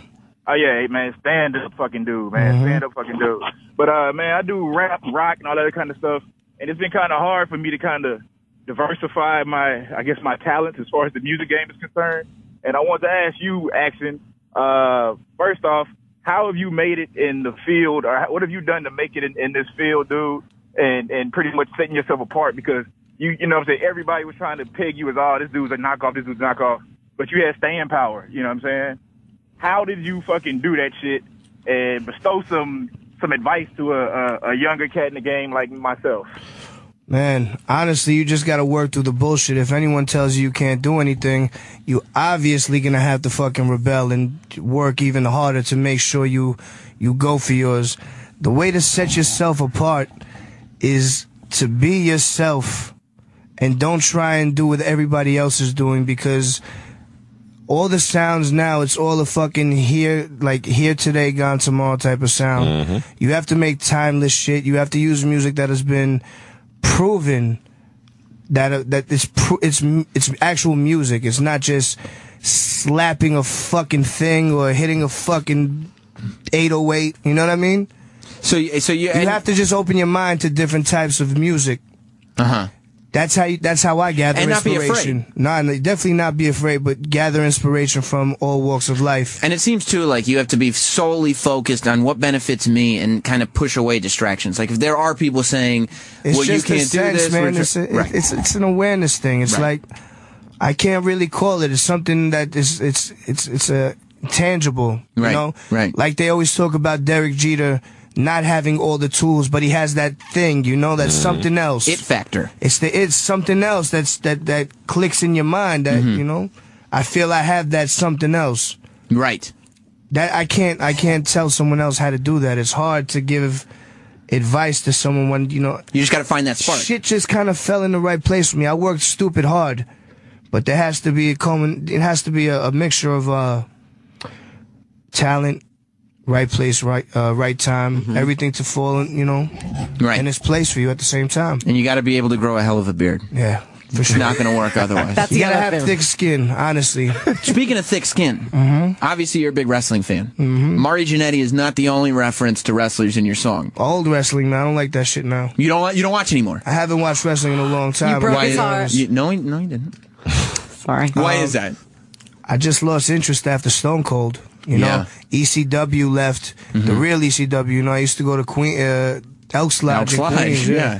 I was at every single one of them, you know? And it just ain't the same for me no more. It was fun back then. Well, it's definitely different. I mean, it's like it's a lot more for kids now. It's for kids, and I don't have time for that shit. You're not a child. No. You're a grown businessman at this point. I'm everything. I'm still a child at heart, but that shit ain't for me. Is Stone Cold your favorite of all time? He's up there. I think he's the man. He's up there. He was definitely the one I was fucking with the most. Like when I was like 13 years old, I had the T-shirts, fucking giving everyone the finger, right? Stunnering people in the hallway. You would, yeah. Because that's I remember I fucking bruised my tailbone. Pause. I had to walk with a cane for 3 days because I stunned someone and landed on my ass wrong. Did you sit on a donut? Yeah, the only thing you could do. I had to sit on a fucking pillow. Let that be a lesson. That shit is not fake. It's real shit. Okay, you have to land on your right thigh. You had to sit on an inner tube. Exactly. Walking with a cane. I needed the extended toilet seat. You know the old woman toilet seat? Oh no! Oh no! And were you a husky kid back then? Come on, what do you think? Well, so like you're a husky kid now, and I was you got track star. You're the husky kid with the cane and the inflatable thing because you looking crazy with a fucking fucked up a stunner 316 shirt on, but still flipping the bird. Of course, good for you. Always. I brought that up because you have a song called Barry Horowitz, which is like the most famous jobber of all time. I like that you know, song too. It was just he's like a underdog. It's an underdog story. But then I read in Rolling Stone, Barry Horowitz is not happy with you. Did you hear about that? Yeah, it was a while ago. He said some shit. He's gonna sue me for what, motherfucker? Like, what are you suing me for? Bigging him up. Yeah, I brought, like, when you Google his name, like, people actually know who you are now and brought you back to relevance. Right. Like, somewhat, not even that much. It was like, it wasn't a fucking huge song. It was like one of my first joints. Right. It was just one of those things that, like, maybe we could get you in a club and some people would be like, oh shit, Barry Horowitz. Man, I guess. Is Steve Wynn gonna sue you too? Man, he don't need my fucking money. You got a song called that too. I'll sue him for some reason. I'll sue him for nothing. Just to get a piece. Just because. Yeah, because maybe he'll settle. He might settle. You never know. Our friend Roland, the talent booker, he's obsessed with you because he's a foodie like you, and he wanted to make sure you had something to eat here. Oh, nice. Roland, you're so cute. Roland, grab a mic and tell. He brought us some snacks. Tell Bronson where. He brought in my man John Seymour from Sweet Chick. You know exactly where it's from. Yo, what up, baby? Get that pre-order on iTunes. There you go. That's nice. My man comes in, serves the food, and gives me the plug. Well, the new album, Mr. Wonderful. How you doing? Yes. Thank you, man. So, Roland said that he found your favorite place, Sweet Chick. I don't know, man. He got a lot of favorite. Nah, man, it's one of them, man. I was told about the General fucking Torso. The General Torso fucking chicken and waffles. Is this real? General Torso. General Torso? I know Joey. I know Joey Badass made the chicken and waffles with the curry chicken with the waffle. Man, oh man! You hear that? And what you guys brought in chili today? You can grab over where Adrian is or wherever. Oh, okay. We Thank you. The New York Food and Wine Festival with the best barbecue, actually. Which is insane. You won the best barbecue at the New York Food and Wine Festival. With the chili, yeah. So we were like we were not expecting it, so we were really, really arrogant and like cheered like we won the Super Bowl. Because we're a chicken and waffle spot, you know? Right. But we brought that in for Ack. I don't think he tried it yet. You know? And how long? That's pretty fucking incredible, man. So when you find out, has Bronson been going since before he was Bronson or? You guys opened up not too long ago. Oh, okay. Right? Yesterday was a 2-year anniversary in Brooklyn. So when you get this Tell guy, him I was the first rapper to ever eat there. Remember that? Yes, I saw action on the block. street. That is crazy. I said, yo, what's up, man? I said, you want to be the first rapper to eat at my restaurant? And I said, yeah. Those words exactly. I'll be right back. Story. That is crazy. Do you eat for free? Nah, come on. Good for you. I don't like doing things like that. I don't expect it. But if he coming in, I'm not charging. Yeah, you know, he's always gonna, not let you pay, but I don't want that. I don't like that shit. Sometimes cool, but you gotta pay. Right, for free, nigga. You're good with it. Who Kid's having his dinner right now? He doesn't give a fuck. Body. What do you think, Who Kid? Try this, buddy. That shit is good as fuck. So good in here. Hold on, is there pork in here? Nah. All right. Do you not eat pork? No, Body doesn't eat pork. Hell no. Yo, big body right here. Good for you. Oh, sharing with your crew. Because I say this about my crew, true. We got some chicken. Yeah, nice. Smoked chicken and white beans. Oh, my God. No beef? Oh, there is fried chicken. Oh, my God. What What it's a crazy. feast. I stopped eating beef also, so I'm pretty happy about that. Shit, this is a meal. A lot of people don't know this about Action Bronson. His whole crew is eating. You got the winter squash. Okay? The winter squash. The hip-hop version, you know what I'm saying? That's right. That's right, Who Kid. Let's go to another call. Bobby in Baltimore wants to get on with Action Bronson. What's up, Bobby? Good as fuck, man. Oh, yeah. How y'all doing? Good. Good. Hey, listen, a couple of weeks ago, you guys... Chewing into the microphone. Go ahead. Can y'all hear me? Yeah. What's up? Okay. A little while back, you guys had Anthony Bourdain on. It was like yesterday or the day before. And a while back, even further than that, Action Bronson did a cameo on Bourdain's Layover show where he just spoke on some shit real quick. And I just wanted to know what it was like for them two to get together and work. You never met him. You never met him? Never met him. Nah, they just had me do some little quick shit. I was in New York. Oh, that's crazy. Yeah. Wow. I never met him, but I'm going to dinner with Mario Batali in a week. You going to Westchester? Really? Nah. I'm going to Babbo. He's got a place in Westchester. Mario Batali's got his own. I would love to meet Bourdain and talk to him and pick his brain, but that, just being on one of his shows was incredible for me. He's a cool dude. Is he? He's a super cool dude. Yeah, I mean, that's why everyone relates to him. Yeah, and he's like and he's a dude. You know what I mean? Like he's just a guy who hangs out. That's how kitchen dudes are, man. Yeah. He wasn't famous forever. Yeah, I mean, I did his show. He's crazy. Yeah, I took him to. Yeah, I took him to I think Midtown, and I showed him how to drink Ciroc. Oh, is that what you taught him? That's so sweet of you. And we had what do you call pork buns? You don't eat pork, I took him to a famous pork bun spot. Then we went to the club. I fucking love pork buns, honestly. Yeah, I love that shit. That shit was good as hell. With that sauce.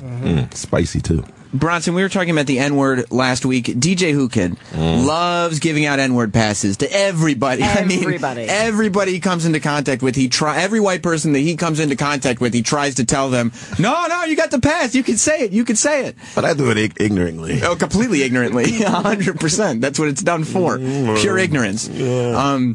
Is that a word that you use? Sometimes. You do? Of course. Yeah. From Queens. Exactly. So I've had the pass forever, but you can, when I first started rapping, all my friends are all mixed, and Chinese motherfuckers say it. Mm-hmm. Spanish, everyone, you know what I'm saying? It's not like, unfortunately, where the word is originated from, is not a wonderful thing. Right. But unfortunately, it has become street, like common. It's a common word to be used as a term of endearment. Street vernacular. Exactly, but it's a term of endearment. It means like, my brother, my man, as far as how we use it. But, when you start rapping and stuff like that, I didn't really realize it until, my man Mayhem told me, dude, you can't be doing shit like that. I mean, it looks crazy, we're up on stage here. Like Drake. I'm kidding. I mean, that's what we were talking about. That Drake uses the word like it's fucking going out of style. He's made it into an art. I wish I could use it while rapping, honestly. I'm not gonna lie. If it's fucking it makes everything sound cooler. Oh, absolutely. So honest. I mean, it does. I mean, when you can pull it off, it would sound so. But the way you used it, are you saying it's because it's just how you were raised? Did you start using it more when you maybe became a rapper? Not at all. Just from growing up, just being in the park. Everyone's just that's what they say. Yeah. It's a bad habit. So you think you can't get away with it, rapping? I wouldn't. Right. It's not right. Right. It's not the right thing to do. Right. I would never do it. And is that because you can use it around the people you grew up with because they know your intention? Yes. Whereas if you use it publicly in rap songs and blah, blah, blah, now it's taken on something else. Yes. Yeah. Obviously. Yeah. In other words, he's popular. He's very popular. But it's just not the right thing to do. You've moved on. The new album, Mr. Wonderful. Is that a Paul Orndorff shout out? No. I mean, obviously it stems from there. Yeah. But, it's just, growing up, my mother, being a bad kid, her calling me Mr. Wonderful, but, tongue-in-cheek, like you're a real fucking piece of shit. Right. Have you always been a piece of shit? Yeah. Since the time you were born? Yeah.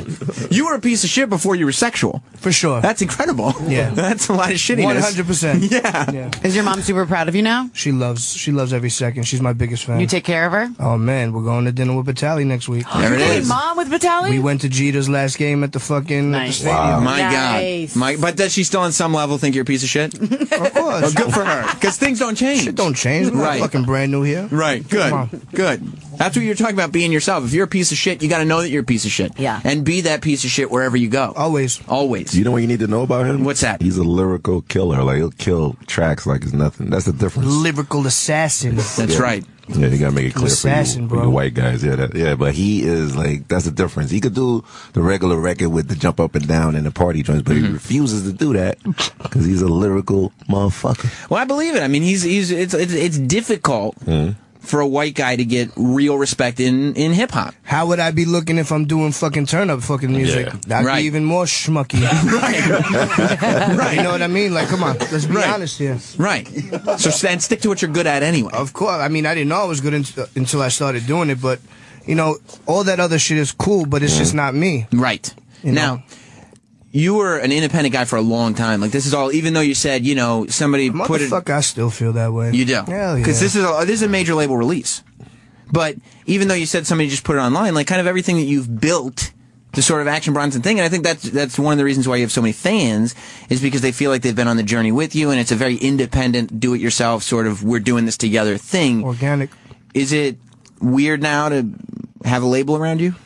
Yes. It is. For the simple fact of having to answer to people on certain things, I'm not that, I don't like doing that. I have a vision, I want to do what I want to do. You know what I mean? Yeah, and I guess it must be difficult for now to be in a position where there are people at times that you have to swing things by. Well, yeah, of course. And not only that, when you show a little bit of promise, people get excited. And then they want you to start doing things that are not you so you could become even more popular. So with my promise, I'm continuing to be myself, and I'm going to do that only. I can't, it's hard to take advice on what type of music to start making and what to start wearing. I'm just not going to do that, I had fans. I built fans way before I got signed. So if there ever is a time where I'm not signed anymore, they're going to still be there. Right. So I can't alienate the people that have fucking made me who I am. And building yourself up is kind of the ultimate safety net. It's good to have a label behind you, but at the end of the day, you don't need. I mean, bro, that's just the only way I knew how to do it. I didn't have a label this whole time. I just was putting music out and people were liking it, so. Right. And that's one of those things where you're like, this is working. I'm just going to keep doing it. Keep doing it. And that's, you fall into a pattern where you're used to that shit and being able to drop whenever you want. Not having to clear samples and not worry about that shit, in which I use a lot of old music, there's no doubt. Now you have to fucking worry, damn, are they going to get in touch with this dude from fucking Turkey, 1974? Yeah. You know what I mean? And every time just by chance, and it works out, Yeah. Just worked out. But it's like every time I turn around, I hear about another rapper who's arguing with his label anyway. Like, it seems like right now, especially where hip-hop is, where it's so easy to get content out there, and you can get people excited about your new stuff immediately and stuff, that kind of strategic release and holding things back, and we're going to sell this and give this away and blah, blah, blah, that it's almost becoming a hindrance. Strategic release, I mean, I had that same idea. I just wanted to, I seen the way D'Angelo did it, but these are fucking, like Kanye, they just dropped their albums, doesn't matter. Right. Thank you. I can't do that. I don't have a history of selling anything. Right. I just put out mixtapes. Who even knows if anyone's gonna buy this shit? Let me tell you something. You're on Sam Roberts' show. People are gonna buy this. All right, but look, Mr. Wonderful, you can pre-order on iTunes. 500,000 people, millions of people download this shit for free. Right. But will they sell it? Right. I mean, will they buy it? Right. That's still remains to be seen. Exactly. Do you make money off albums? I don't know. We'll see. We don't know yet. Everyone's telling me you don't make money off albums. From what I know, I make money off touring. Yeah, that's where I hear a lot of doing shows for cash instead of having to do paperwork and shit. That's the best thing to do. Like little appearances here and there, give you a little suitcase, a little envelope, and you're out. But in and out. Can you do that with a label? Can you still pull that off? Of course, they don't have control of everything. Right. You're like, don't worry about where I'm going on Thursday. I'm going on Thursday. Hell no. You crazy? I got this. Hell no. Let me go to Jay in California, who wants to talk to Action Bronson here on Sam Roberts' show. Hey, Sam. Thanks for taking my call. Of course, dude. Hey, Big Body, man. I appreciate you making on the show. It's a privilege to talk to you. Body's sitting over there, man. Hey, man, but when I got a hold of Blue Chips, man, and Rare Chandelier, man, I played that shit out. Those mixtapes were amazing, bro. Thank you, man. But I had a question with so Easy Rider that dropped this last summer. Like, I noticed you used a lot of psychedelic beats and influences in that album, from that track, and I absolutely loved it. And I saw you perform with Gaslamp Killer as your DJ once. I was just curious if you had any plans on collaborating with that dude, because I mean, he's really heavy into that scene and that sound. I mean, I don't even remember that. You got a lot going on. I remember everything. I think Gaslamp Killer. Where did you see this? Like it was like a Coachella after. Oh, okay, G-Pen show. Boom. Yeah. Yeah, he wasn't my DJ, but he was up there. But yeah, I would fuck. He makes crazy shit. He's ill. Oh, that'd be awesome, man. Yeah, I would love to, man. He makes incredible music. Now I'm glad you brought up the Easy Rider video, because that's probably that video got a lot of buzz for you. Like a lot of people paying attention to it. And if you haven't seen it, go on YouTube and check it out. You've said before in interviews that you're basically high from the time you wake up till the time you go to sleep. Is that correct? More or less. Yeah, a lot of weed. A lot of weed? Yeah. Do you do acid too? Because you're doing acid in the video. Or is I've done it. I'm not like an acid doer. No? I'm too old for that shit. You can only trip a few times before it's... I don't want it... Before it's over. You have to use it in the proper manner. You can't just abuse it, because then it's not gonna... Otherwise you're Brian Wilson from the Beach Boys. Exactly. How many times have you done acid? Once. That's it? Mm-hmm. How was it? It was incredible. Yeah? But I smoked DMT. What is that? It's the third eye drug. It's not a drug. It's already something that's in your body. It's just more of it. at one time inhaled through your lung after smoking it through a crack pipe. Jesus Christ. Yeah. And what happened? And what happens to you when you lose smoke control DMT? for about 15 minutes. That's it, just 15 minutes. Yeah, and then you come back, but it's euphoric. I did that. It's all about it's math, man. It's geometric patterns and I thought you said it's meth. Math. Wait, what's it called? DMT. I did Demetrius. Through a crack pipe? Dimitri. I don't think it was a crack pipe. It was a long time ago, but I did that, and I felt like I was gone for years and years. Yeah. It's a journey. What do you do? What goes through your mind? It's a meditative thing. It is. It's a personal thing, honestly. It's a meditative. What happens? How about the outside? Like, what would I see if you were doing it right now? You would probably see me squirming and laughing a lot. Yeah. And I'd be like, "What's so fucking funny, Action Bronson?" Yeah, I like, didn't say yo, what are you anything. doing? You fucking touching your dick or something? What about mushrooms? You eat mushrooms? Yeah. Yeah. We smuggled some mushroom juice back from South Africa. Mushroom juice? Mushrooms are fun. The fucking concentrate. Crazy. Had it in my man's ass. It was nuts. What a good friend. That's why you gave him chili. Yeah.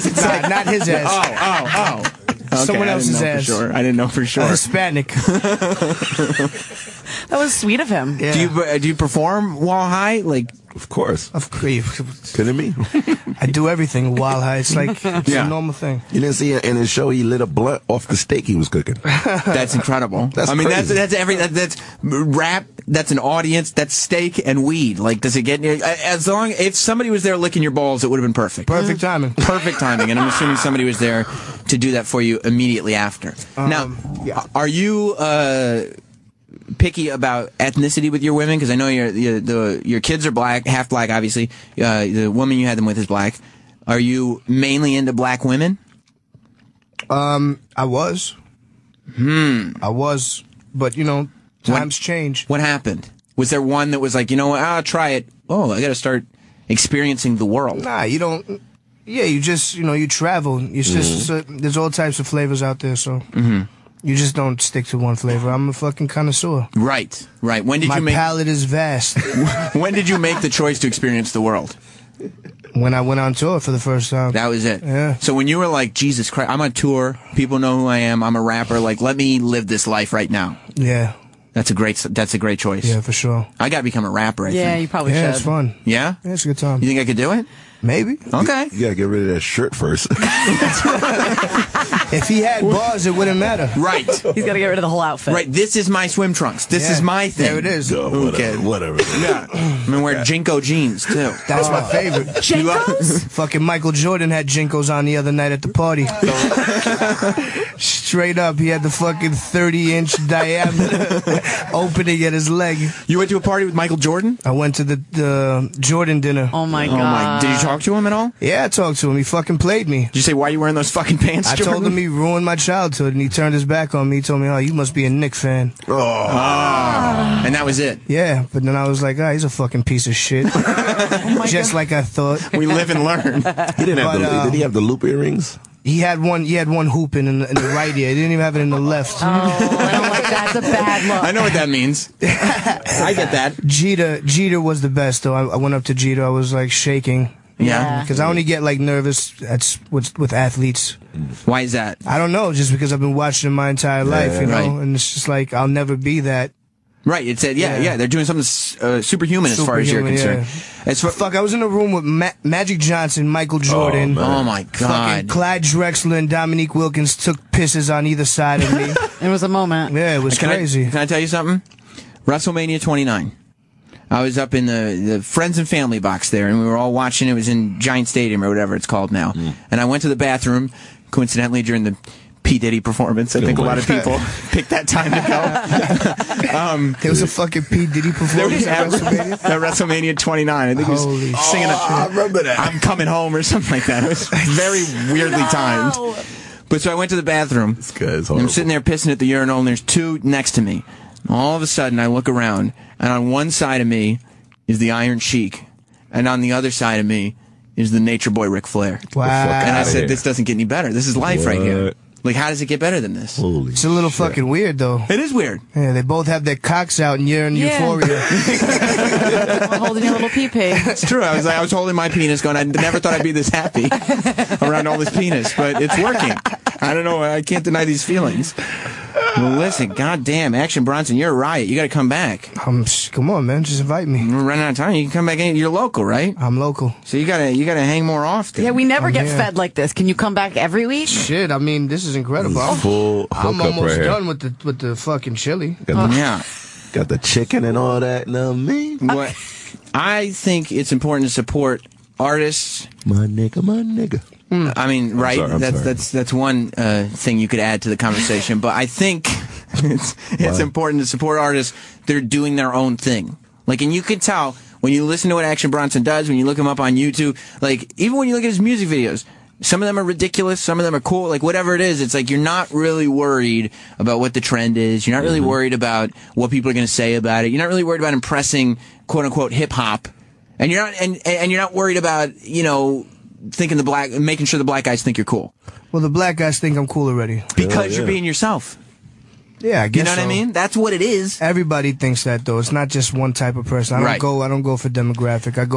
I do what I do. I just like I've been in interviews. I've done Who Kid's show with him before, and I don't want to name drop any celebrities, but you know exactly who I'm talking about. There have been celebrities that walk in there and they'll do an interview with me. And they'll go, "Hey, it's great to see you. I got this new project coming out." And then they'll go in and do this interview with Who Kid where they're going, "Yo, man, I really don't know, but you know what I'm saying?" And I was just like, I can't call it. No, you can't call it. It's just horrendous. And it makes me go, I don't want to support anything you ever do, but that's not you. You're yourself. You're true to yourself. Always. And I would recommend everybody go out and pre-order on iTunes, Mr. Wonderful. Yep. And get the single now. It's called Acting Crazy. Yep, there's all kinds of things you could buy. Just buy all the shit. Buy everything that says Action Bronson that's on it. iTunes, man. We got all kinds of shit. Things I still own, so go support that. Shout out to 40. Right. Shout out to 40. There you go. And if there's any weird local club that you see Action Bronson in that kind of feels like you might have gotten paid cash, go check him out there. Yeah, check me out. Pat me down. Be supportive. Oh, you said Fuck That's Delicious, the YouTube show that you do about food, is moving to cable, right? It is. It will be. Are you announcing a network? No. Is it a big network? It will be. Oh, I can't wait to see. When? Do we know when? It's going to be this year. You know all the information, you just can't tell us. Well, I don't know all the information. I'm not going to lie. But I know that it's happening. Okay. And no matter what, that show will continue to go on, whether it's on any network or internet. It'll continue forever. I get it. It's like this show has a big thing happening. It's going to the next level, but I can't announce that yet because all the little details haven't been hammered out. You don't want to look like a fucking asshole announcing stuff. I already kind of fucked up, but at least there was no network announced, so I didn't, totally get fucking my ass handed to me. Right. You see what I mean? Yeah, totally. Having to fucking deal with people, if this is my shit. If I didn't have to, deal with other assholes, it's been do it yourself. It's on this. Yeah, whatever. Fucking 8 o'clock. Check it out. But not tonight. I don't know. That's right. Well, listen, tonight, pre-order the album on iTunes, Mr. Wonderful. Nicole, DJ Who Kid, as always, thank you for being here. And I'm gonna close the show with the song "Acting Crazy." My you can favorite get that joint. You love it? Hell, fucking yeah. Who Kid only likes the truth, so that's a hell of an endorsement. And Bronson, you got to come back. There's 150 more questions for you. We've only barely scratched the surface. You just scratched the surface, man. And what's the chicken place Come called? on, man. Sweet Chick. Sweet Chick. It's in. Wait, hold on. He's asking me, dogs. What is it? Yeah. John, come here. Hold on. Let the fucking owner come here. It's good. Tell him everything. Where can they find your delicious chicken that is endorsed they can find by it in Bronson? Brooklyn on Bedford Avenue in the corner of North 8th. And the new spot. And the new spot is in the Lower East Side of Manhattan at 178 Ludlow, the old Max Fish. Nice. House in Stanton. Everyone knows that spot. And by the way, Roland, since you just cracked a mic, you look at Bronson right there, and you see how a husky guy, literally, if he wants to, he could be fucking Nicole tonight, okay? You look at the confidence this guy has, and you take notes, okay? Because that can be you. All right. This is Acting Crazy by Action Bronson. Thanks for hanging out, man. Thank you for having me. I'll talk to you next time. Peace.